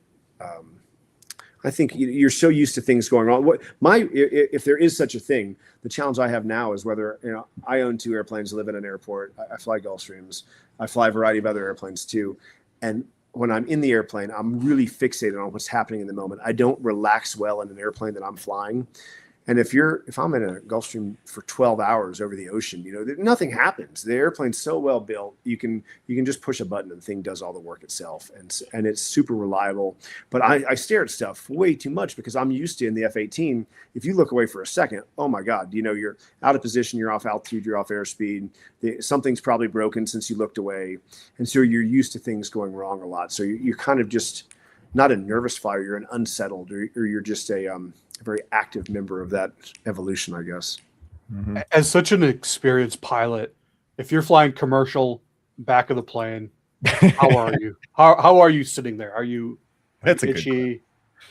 No, I usually just get a chuckle if we land hard, of course, because that's typically me doing that as well. No, I don't think I'm not a nervous flyer. You get used to the things that make other people unsettled. If you hit turbulence, it's a non-event. People don't die from turbulence. If you're not strapped in or seatbelted, then sure, something bad can happen. But the airplane's going to be totally fine. And I can sometimes tell if you've flown under a really heavy aircraft because it's very different than the feeling of turbulence. But in general, I'd always rather be flying. For sure, if I'm going to go meet a Gulfstream somewhere to fly it, I'd rather be in an airplane doing the work to get there than sitting and letting someone else fly it. But such is life. Yeah. Good question, John. Although, you'll probably be happy to know that you're actually talking to someone, that I have over 300 flight hours in a Piper Cherokee. Nice. So if you have any advice that you'd like to ask me, don't hesitate to interrupt, and I'd be happy to help you out any way I can. But you talk about hard landings and everything, but that's what a Hornet's built for, right? It's built to basically collide with a carrier deck. Interestingly, yeah, it sure is. We land at 720 feet per minute. And I was coming back from an air show in Baltimore with the team. I had just returned back after the mishap. I was number 6. We had flown Sunday night. We were right at the limits of the airplane's fuel in terms of, otherwise we'd have to stop for gas along the way. And that's never an ideal thing to do because one of the airplanes might not start up again. And now you have to send a rescue det to go fix the airplane. But we're landing essentially at our absolute minimum fuel. It's nighttime. Our families are there waiting to catch us. I'm the last guy, so I land. I'm number 6. And the minute I touch down, the right landing gear just kind of dips. And that's for all the mishaps, emergencies I'd been a part of and experienced. That was one I had, and that's called a planing link failure. We talk about it all the time. We brief to it. We know it can happen, but the link that holds the gear rigid and in place just gave way. And so the gear doesn't ever, it doesn't lock into position. And so it settles. So the only procedure is you just go around as fast as you can. You go to full power afterward, you take back off.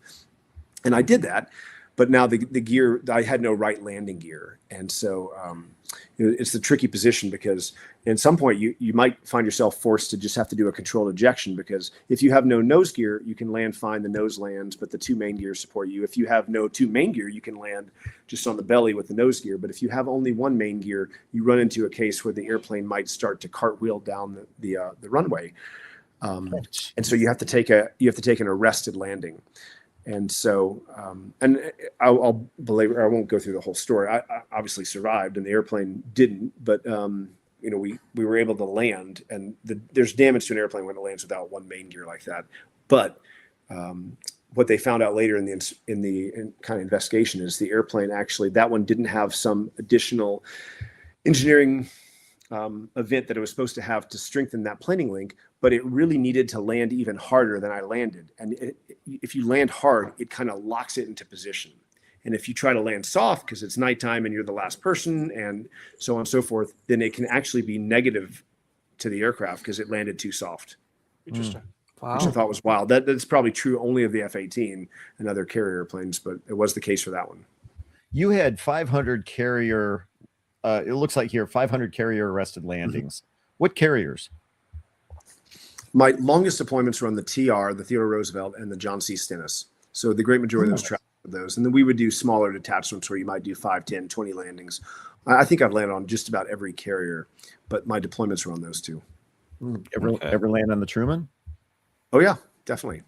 The reason I ask is, what were your thoughts on I think it was the Truman earlier this year had, I think, what was it, 2 planes that go overboard? No, they lost 3. 1. Yeah, because one got shot down by their own escort, and then I think they lost 2 over the side. Yeah. So when you hear about stuff like that in the news, mishaps like that, what are your thoughts? Well, it's funny you say that. When the third one went down, I came up to my computer and wrote an op-ed that I never sent to anybody, but kind of called The Predictable Crisis for Naval Aviation. But the first one was, and those reports, the timing of this question is interesting because the reports have just come out this week. And now I think most of us who are still plugged in with naval aviation have probably heard everything ahead of time. But the shoot down was a wild story for too many reasons to talk about here over the next week even. I mean, the sequence of events that led to us shooting our own airplane down. To my knowledge, that the last time that happened was over Iraq when an Army land group of Patriot missiles fired on a Navy F-18 coming home from a combat mission and shot down that F-18 and killed the aircrew. But I don't think, to my knowledge, we haven't actually shot down another one since then. But it was a wild sequence of events that led to it, and almost led to a second one being shot down. That seems to be lesser known, is that the second airplane was, a small distance, 20, 30, 50 feet away from being shot down also after they shut off the fusing to that second SM-2. So that's wild. But then, they were having to take evasive actions apparently, and that's why the airplane on the elevator fell off. And then the final one was and that actually happened third, I believe. But then the catapult mishap, or the arresting gear mishap, was the middle one where the airplane lands and the arresting gear is not rigged correctly. So it, I guess the wire parted. So, and then of course that same carrier had a collision at sea and the commanding officer was fired. Yeah. Yeah, So, that's right. In my mind, that's like World War II levels of damages and mishaps. And from what I understand, those both the air crew, the air wing that is, and the ship was placed in a really, really challenging position, very close to enemy forces and to surface air sites. And I wasn't part of that deployment, so I can't speak intelligently on it, but it will go down in naval aviation history and lore as a really incredible combat deployment for them. I was just reading now they also lost one of their tractors as well. Yeah, the tow tractor was attached to the aircraft carrier on the elevator, and they both went overboard. And I think the sailors that either were in the airplane and on the tractor were lucky to not go with it. Jeez. How many aircraft have you damaged? Oof. Well, I'd like to say the aircraft damaged themselves. Plenty, I'm sure. Yeah, I can't tell you how many times I've lost engines, but the airplanes were generally recoverable in that case. They were recovered. The landing mishap I mentioned a moment ago, that airplane I don't think flew again. But I've had a number of mishaps over the years. It caught fire at air shows, and we fly these things really hard. If I were to give an example, I'd say, because I'm in general contracting construction, when you put hurricane clips on houses on our roofs and you build homes in such a way that they can withstand a hurricane. But that's supposed to be one hurricane in the lifetime of that house. It's not a hurricane every day. And we engineer this airplane to withstand the equivalent of a hurricane, to withstand a really intense flight and high G forces, high speeds, this and that. But they don't expect it to do this every single flight.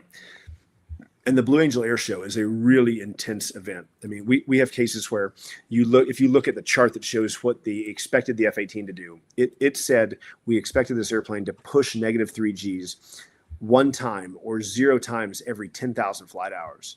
And we do it probably 3 to 6 times per flight hour. It's on an order of magnitude different. And we pull 7 Gs, instead of once per flight hour, it's 50 times per flight hour or something like that. Mm-hmm. So we're putting these airplanes through a lot of stress that they don't normally experience. And because of that, they just are more prone to having issues. If you're just joining us, we're thrilled to be talking to author Frank Weisser, U.S. Naval Commander Frank Weisser. Thanks, Connor, for pulling that up. Author of the book Lead Solo, talking to us tonight about his experience flying the F/A-18 Hornet over Afghanistan, Iraq, 2 tours with the Blue Angels, and then, of course, more notably, or to a lot of us anyway, being one of the pilots for the movie Top Gun Maverick. And I mean, all fascinating stories. I want to, before we let you go, and you've been really generous with your time, I really appreciate it. But like I said at the start, you provided a ton of images that I think are just great. And I want to pull up a couple more. You can't leave until no problem. So yeah, obviously you spend a lot of time, with the public and, their photo shoots and all this stuff. But I mean, how many times did, they hand you some strange baby and then have you stand next to a model? So does this happen a lot? Huh?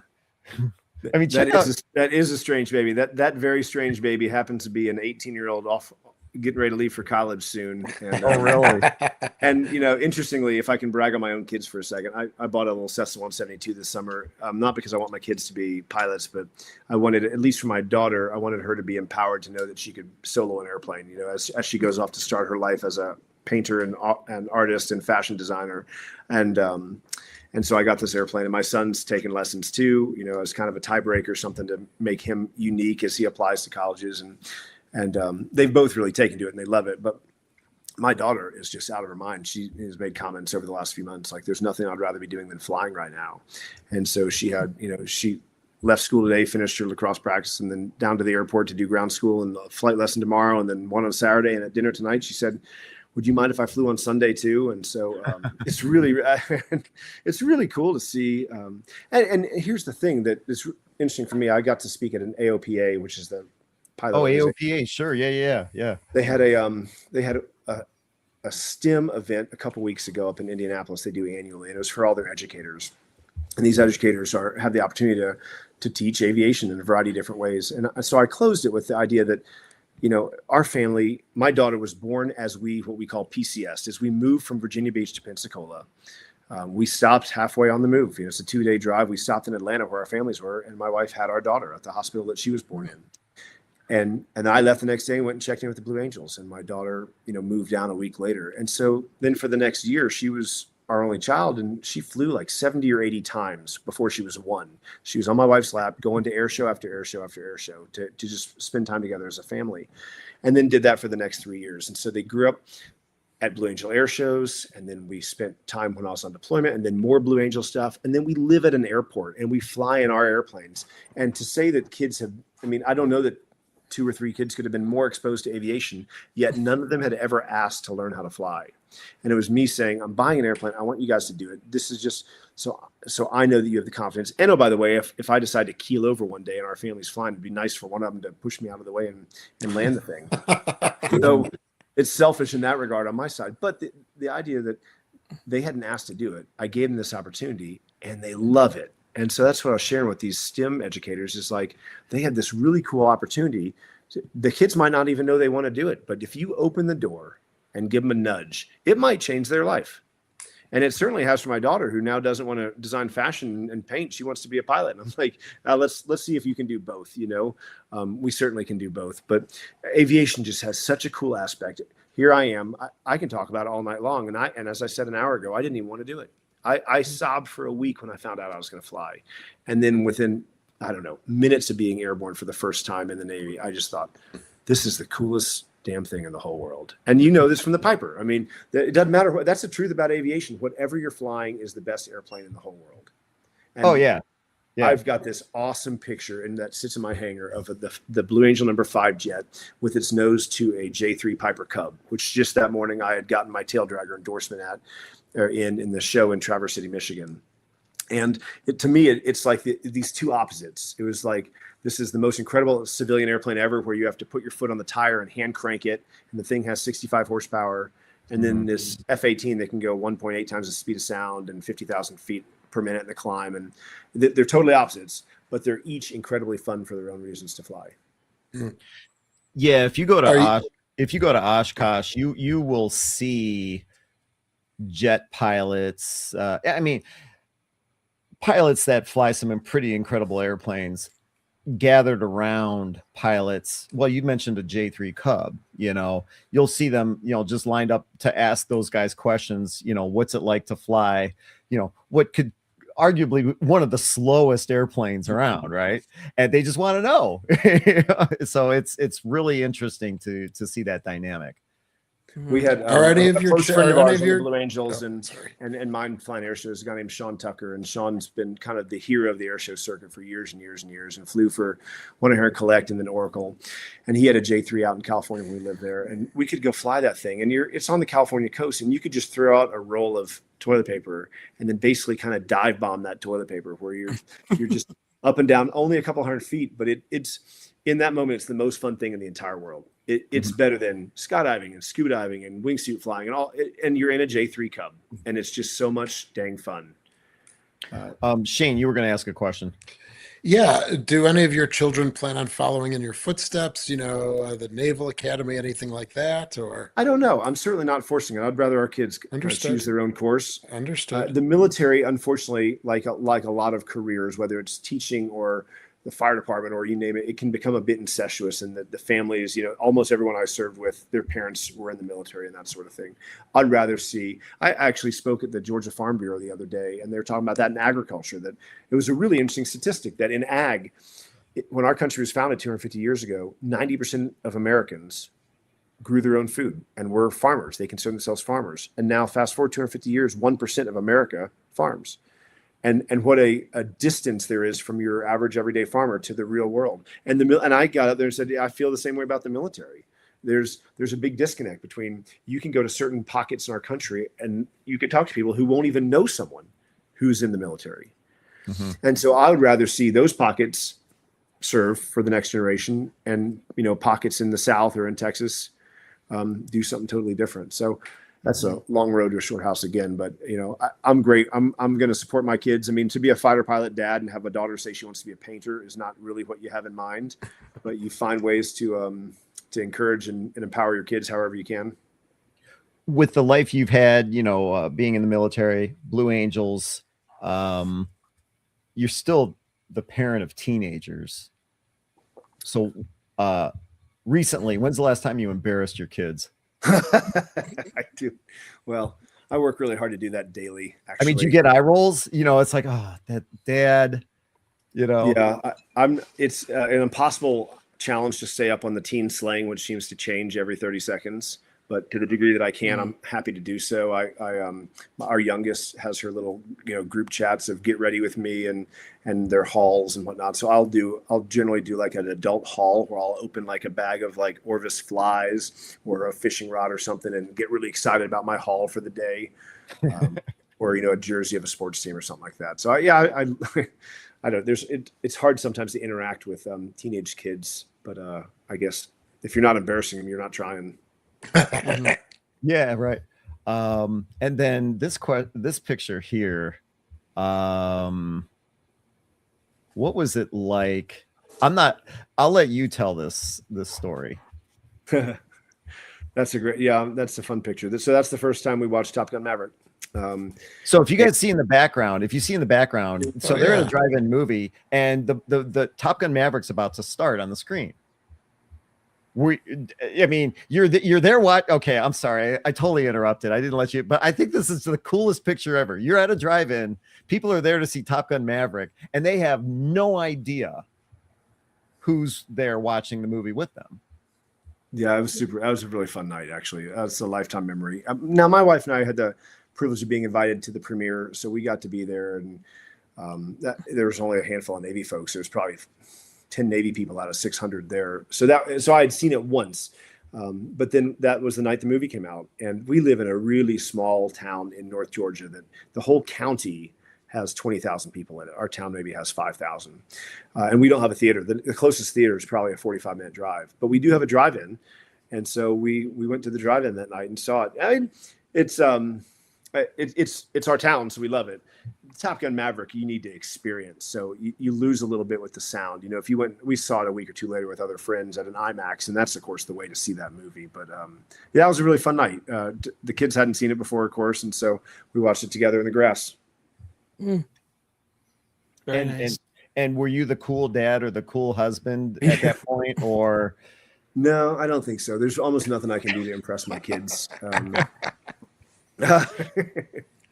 They're wholly unimpressed with me, but that's okay. I don't care. There's a Mark Twain quote, something about like the young son at 14 couldn't believe how stupid his father was, and 10 years later he couldn't believe how much he'd learned in such a short period of time. Maybe I'm counting on it. We'll see. Frank, before we let you go, I want to give John, Connor, and Shane, one last time to hit you with questions. Go ahead, guys. Is there any plane, military or civilian, that you would love to fly that you haven't had the opportunity to? Good question. A bunch. The F4, the Corsair for sure. Absolutely. The P-51. Wait. When you say Corsair, you got to qualify that. Are you talking about the F4U, the World War II era? F4U, yes. Yeah. Okay. So you're not talking about like the other one. Vietnam War era one. Yeah. You're not talking about that. Nope. The Phantom. F4U for sure. Okay. P-51 unquestionably. I would have loved to have flown the A4. I showed up to flight school right after they stopped flying that one. That was the Blue Angels had that for 10 years. I've heard only awesome things about that airplane too. So those would be the ones from, if I were to look in the rearview mirror, the ones that I feel sad for having missed. Mm-hmm. And you said you have two planes? So you got I have a Baron. I have a Baron, and then we bought a 172 for the kids. Oh, you got a Baron. Okay. Wait, twin engine or the single six-seater? Yeah, some will call it like a twin Bonanza. I have a Baron 58, so it's a twin engine airplane, 6 seats total. Gotcha. Super cool airplane. Yeah, it is. Actually, I'll tell you a fun story that you might appreciate. I'd done, my wife and I had been married for my entire military experience. And so deployments out of Virginia Beach, 3 years with the Blue Angels, 3 more years flying combat missions from Lemoore, California. One of our close friends lived in California and had a Baron and started an aviation company in that Baron that now is, manages hundreds and hundreds of private jets and an incredibly successful company. And he asked if we could spend a weekend with him before we moved over to Germany for my next job. And we were pretty pressed for time, and it was getting hectic. And he's like, I'll come down and grab you in the plane. We'll bring you up just tonight. And so he bops down in the Baron. And it was, instead of being a 3 or 4 hour drive, it was a 30-minute flight. It was very convenient. So our family piles into his Baron, and we fly up 30 minutes away to this other airport where the ranch was. And we were all in headsets. And I'm sitting up front with my bud, and I did comm nav. The right seat guy usually does the radios and the navigation and whatnot. And we land. My wife climbs out, and we're unpacking all our stuff. And she goes, "Did I hear you talking?" And I said, "Probably. Were you listening?" She goes, "Yeah." I go, and she goes, "And they were telling you to do stuff, and you were just doing it?" And I said, "Yeah." And she goes, "How did you know to do that?" And I go, "What do you mean?" She goes, "You're a badass." And I thought she was trolling. It's perfect. Like, "Are you messing with me right now?" And she goes, "No, I didn't know you knew how to do that." And I go, "You've watched me 50 feet off the runway at 600 knots upside down in formation. And I impressed you because I changed the squawk in the Baron?" Well, if only I knew that didn't take much to impress in aviation.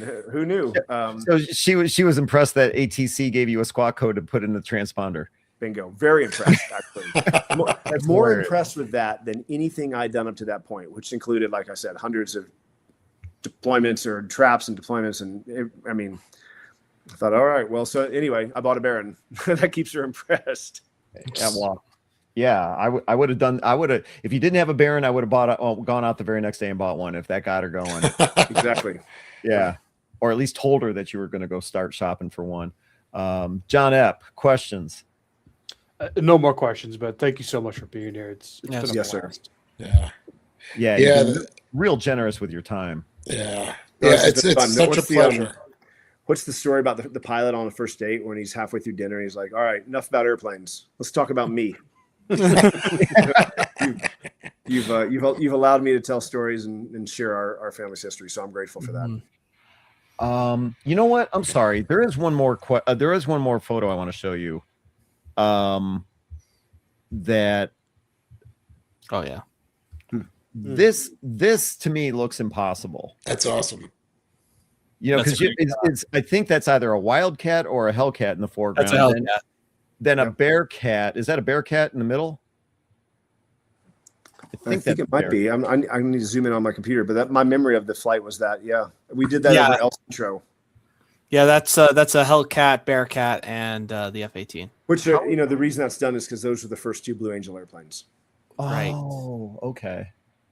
So it must have been a sheer impossibility. Are you the pilot in this picture by any chance? I'm flying the Blue Angel airplane. Yep, not the tail draggers. Those take more skill than I have. But the photo plane actually? This was shot from a guy named Glenn Watson through a gun turret out of a B-24. Is my memory.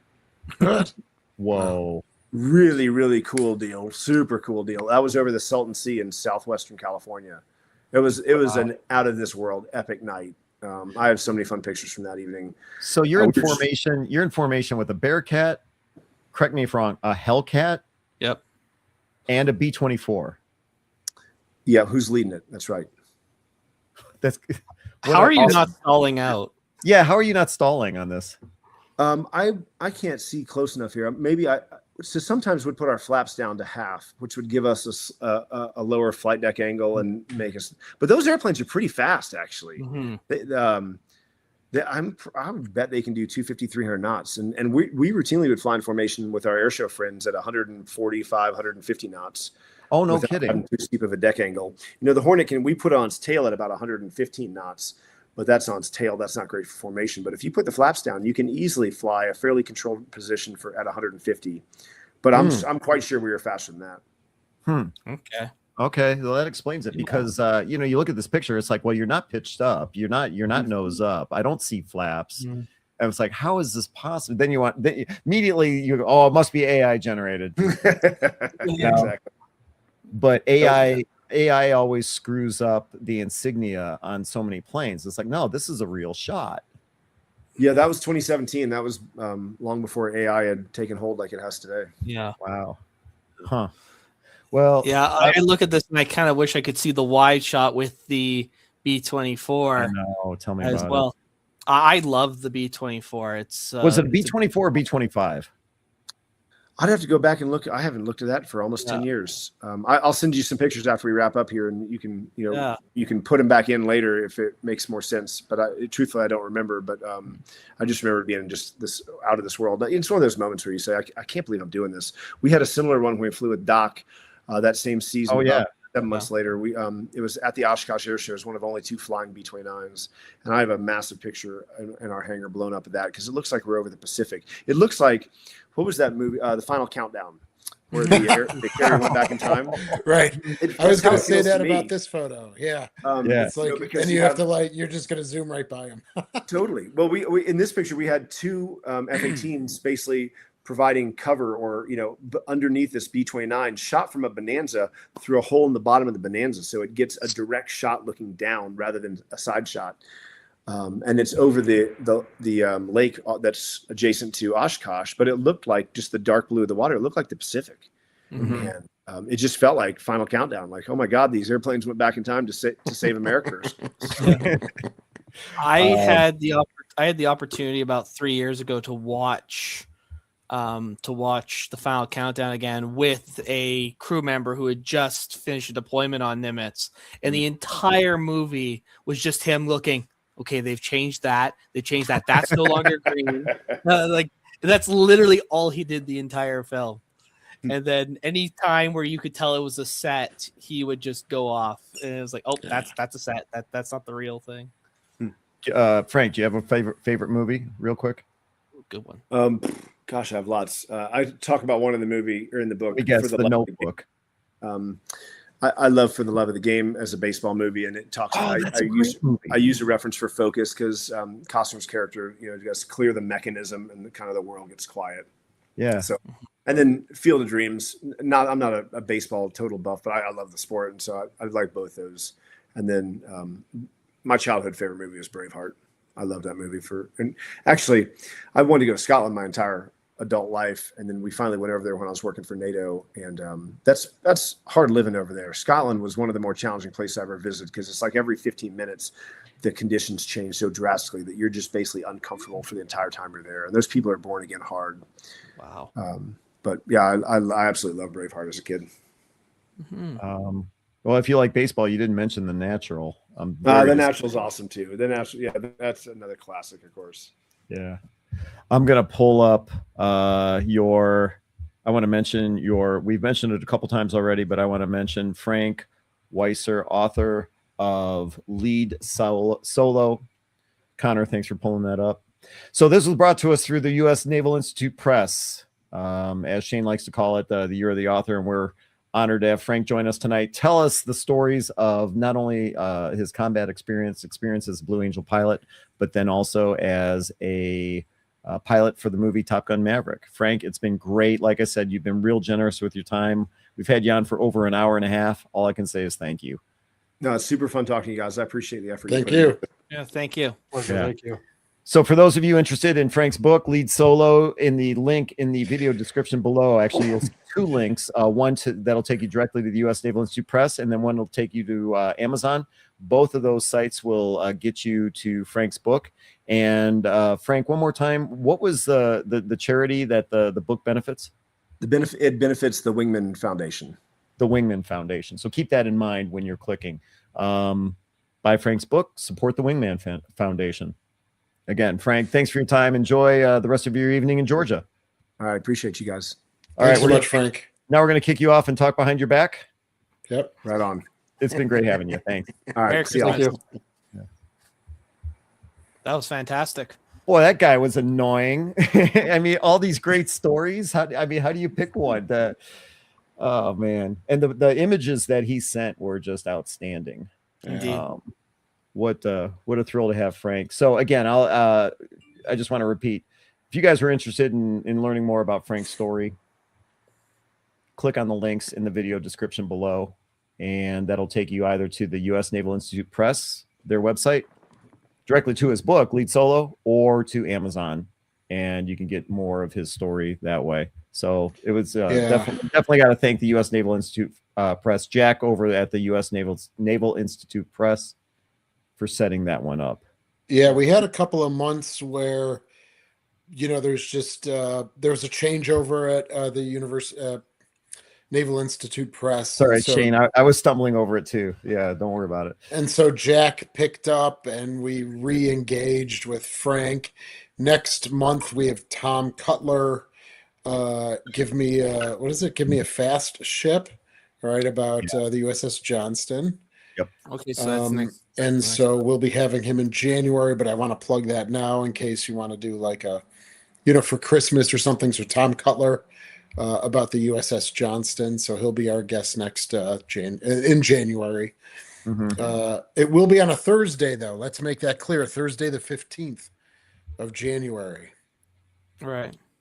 Let's see here. Yeah, and you know what? I do have that link. I'm sorry. I do have that. Yeah, I do have that link already set up. I'll change the date for that so it shows up. Well, I changed it at the Naval Parks one. Okay. And I want to apologize to the fans of the viewers of the Buffalo Naval Park. For some reason, the live stream on the Buffalo Naval Park YouTube channel was deleted from their end. Hold on. Totally. So what I noticed was, and I was going to do this offline, but I also apologize for that. What I noticed, Ken, when you set this up, it populated 2 videos, identical. Yep. So I deleted one of them because I'm like, why do I need 2? So I went to your channel while this was going on, and you had both videos playing. That's never happened. But why were there 2 links to this particular video? So what's happening now with StreamYard is they are giving us the option to stream this horizontally, like we always have for the last several years. We've been doing this. You stream it horizontally, or to have a customized stream vertically that will make it more friendly to those watching on their phones. So I have to keep.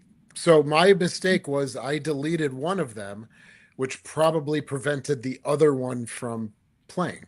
Most likely, but I will get you the video file so you can repost it on the Buffalo Naval Park. Oh, yeah. Okay. Thanks so much. So I do apologize about that.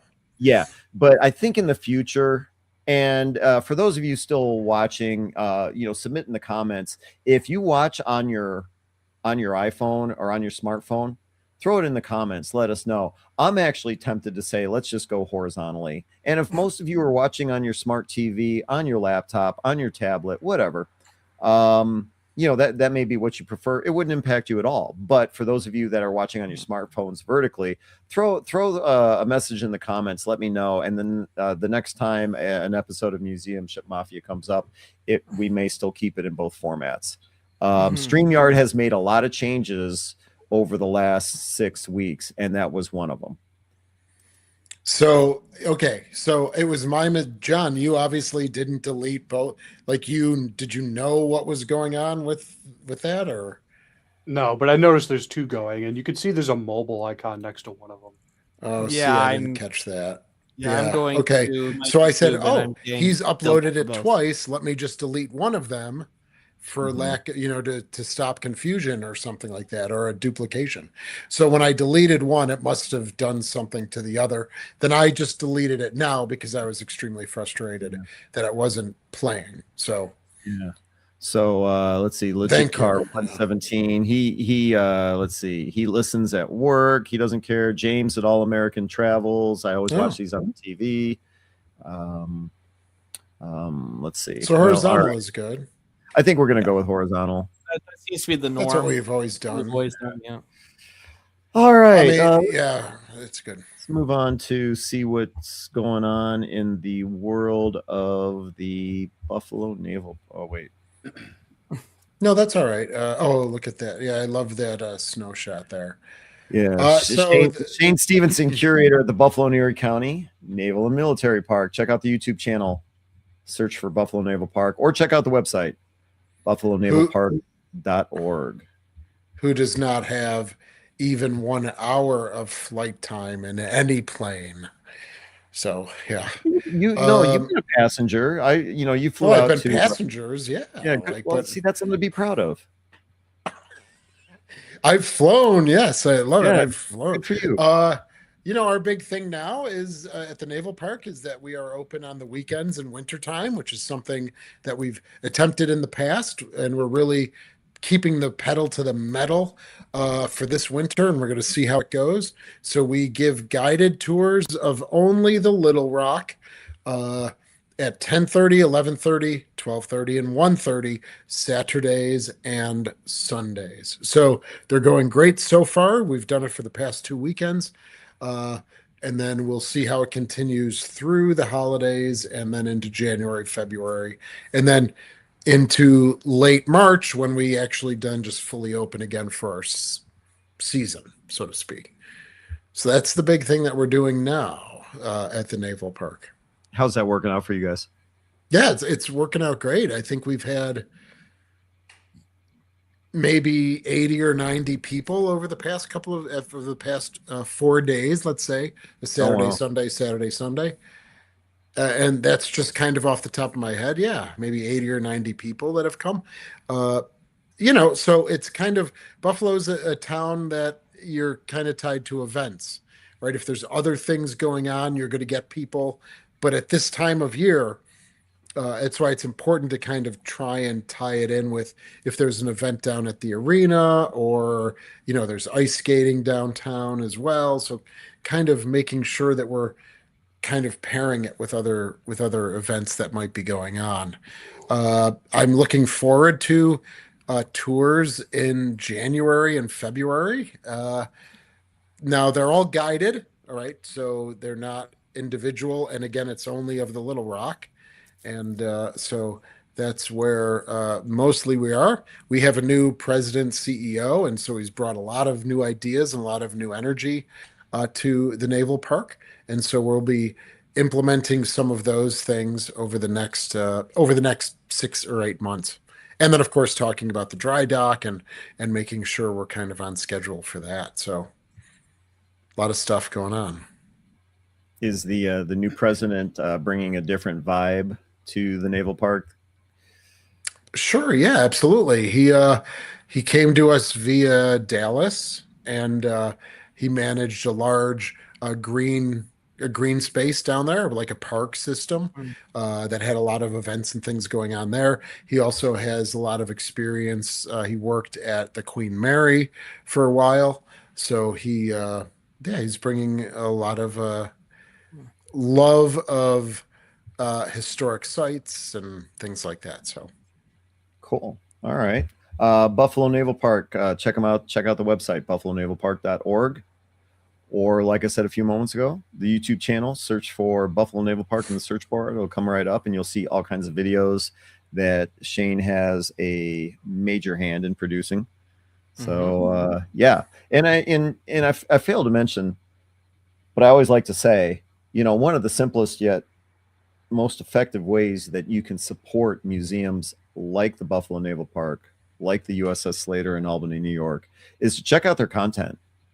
Whether it's on Facebook, whether it's on YouTube, click like, subscribe, all of that stuff helps them in the long run to not only build an audience, but generate revenue. So if you can donate, by all means, click on the website and give a donation. But if you're not able to do that, but you can watch the content that's being put out there from any museum ship, it's one of the simplest yet best ways you can throw support behind these guys. So don't hesitate. I'm guilty of it. You watch a YouTube channel, you don't subscribe, you like what that channel's doing, but failure to subscribe is a failure to support what they're doing. So just click that button. It's so simple. All right. Let's move on to the USS Slater, Albany, New York. John Epp, curator. Check out their YouTube channel, search for USS Slater, or the website ussslater.org. Connor, thanks for pulling that up. John, what is it frozen over like in this picture? No, we've got some snow on the ground. The river did freeze yesterday, but it was thawed out by the end of the day. So we're closed down for the season. We are doing winter tours by appointment only, Monday through Friday, at 10 a.m. and 1 p.m. if people are interested. It's strictly interior only because, as you can see in the picture, we cover all the guns and gun directors, so you're not going to see anything outdoors. So we do a modified tour of the ship, but we also will show the engine rooms, the motor rooms, things like that.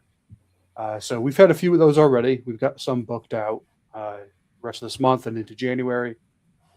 Otherwise, it's just marching along. Some maintenance projects happening that we can't really do during the season. Those are starting to get underway, but it's now just a survival game until April because we don't have any funding coming into the museum. So, has it always been like that? yeah, we're never open during the winter. It's just Okay. Nobody comes to Albany yeah. in the winter. Yeah. And when you say a survival game, it's not just, it's for you too. In the summertime, it gets super hot in your office, which is in the back. Oh. In the wintertime, what's the temperature in your office now? Yeah, so summertime it's 95 degrees inside the ship.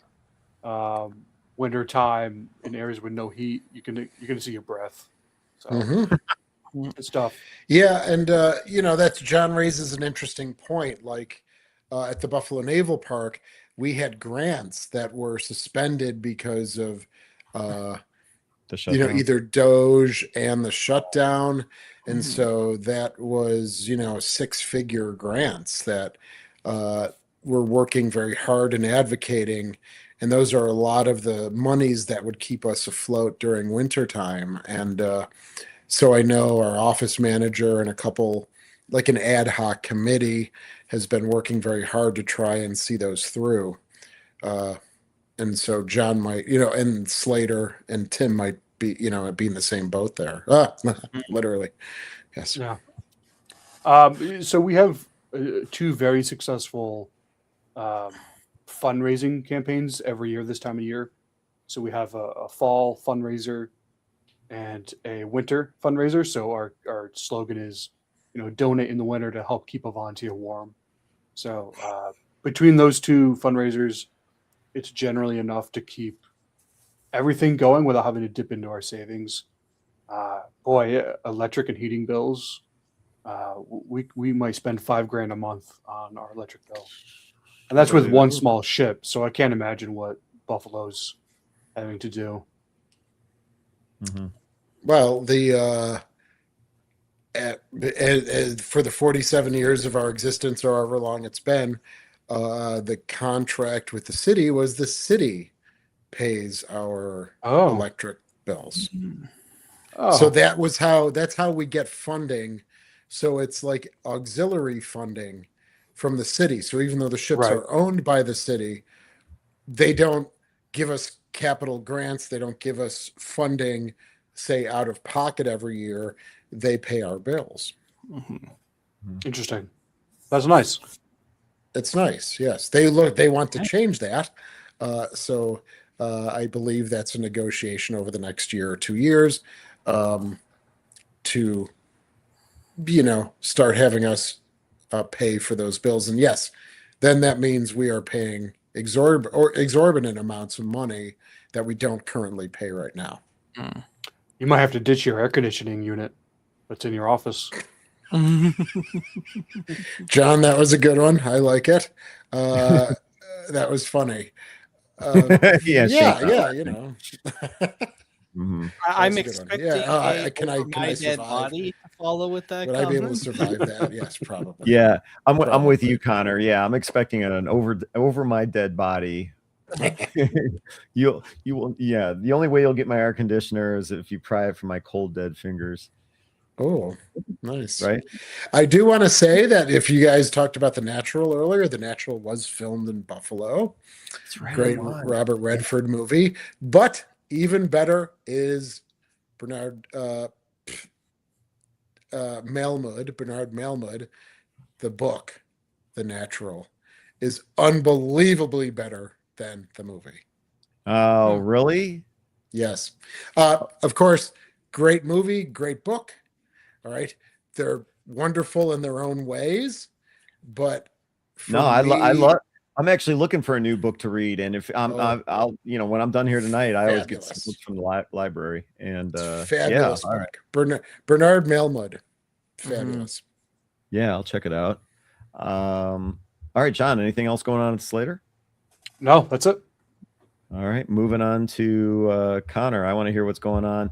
A lot of people may not realize, or we haven't mentioned in a while, that Connor is also one of the administrators at the Museum Ships Facebook group. He's not just a pretty face. Yes, he does handle all the comments behind the scenes here on Museum Ship Mafia, but he does a lot. Museumships.us. What's everyone talking about over? Oh, right. Well, like we've all mentioned, it's winter time. So unless you're in the south of the United States, most museum ships are closed. So we've seen a lot of posts from like Alabama, South Carolina, all those, and the European boats. I lost him. Hello, can you hear me? I can hear you loud and clear. Yeah, Hello? I got him. Yeah, Connor, we have Okay. All right. You're back. Okay. Sorry, All right, good. You were gone for me for a bit. All right.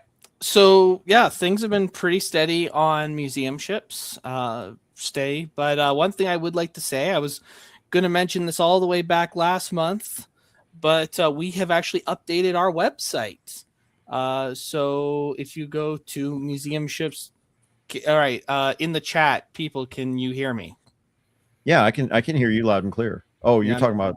Yeah, I'm just seeing if people in the comment section. I lost him totally. I can hear you, Ken.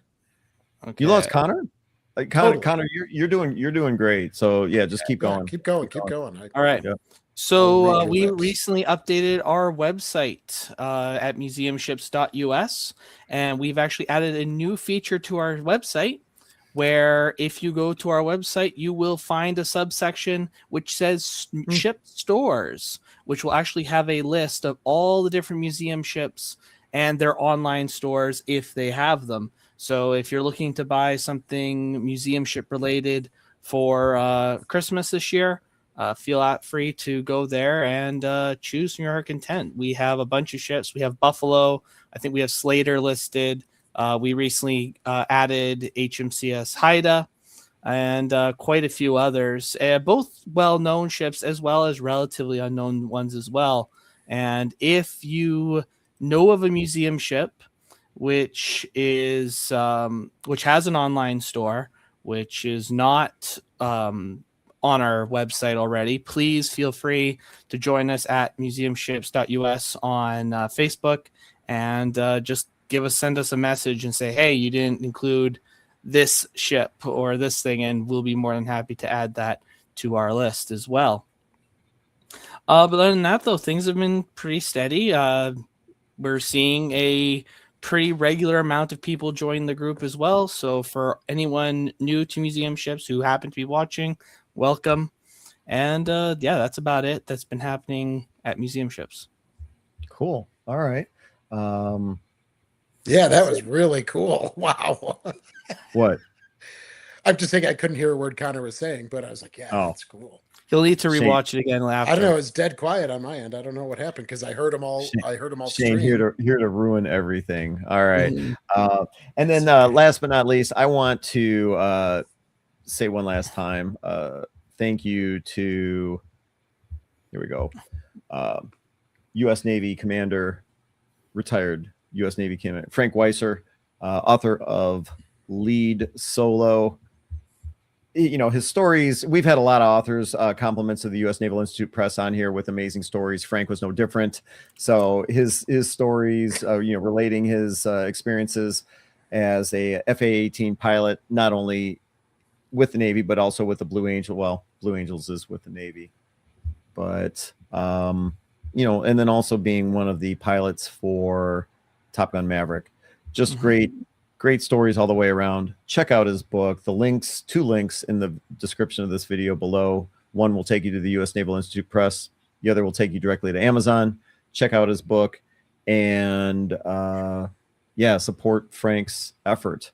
So again, he was very generous with his time with us for an hour and a half. Definitely appreciate it. And for Shane, Connor, and John Epp, my name's Ken Stano with the YouTube channel History X, and thanks for joining us this evening. Have a good night, everybody.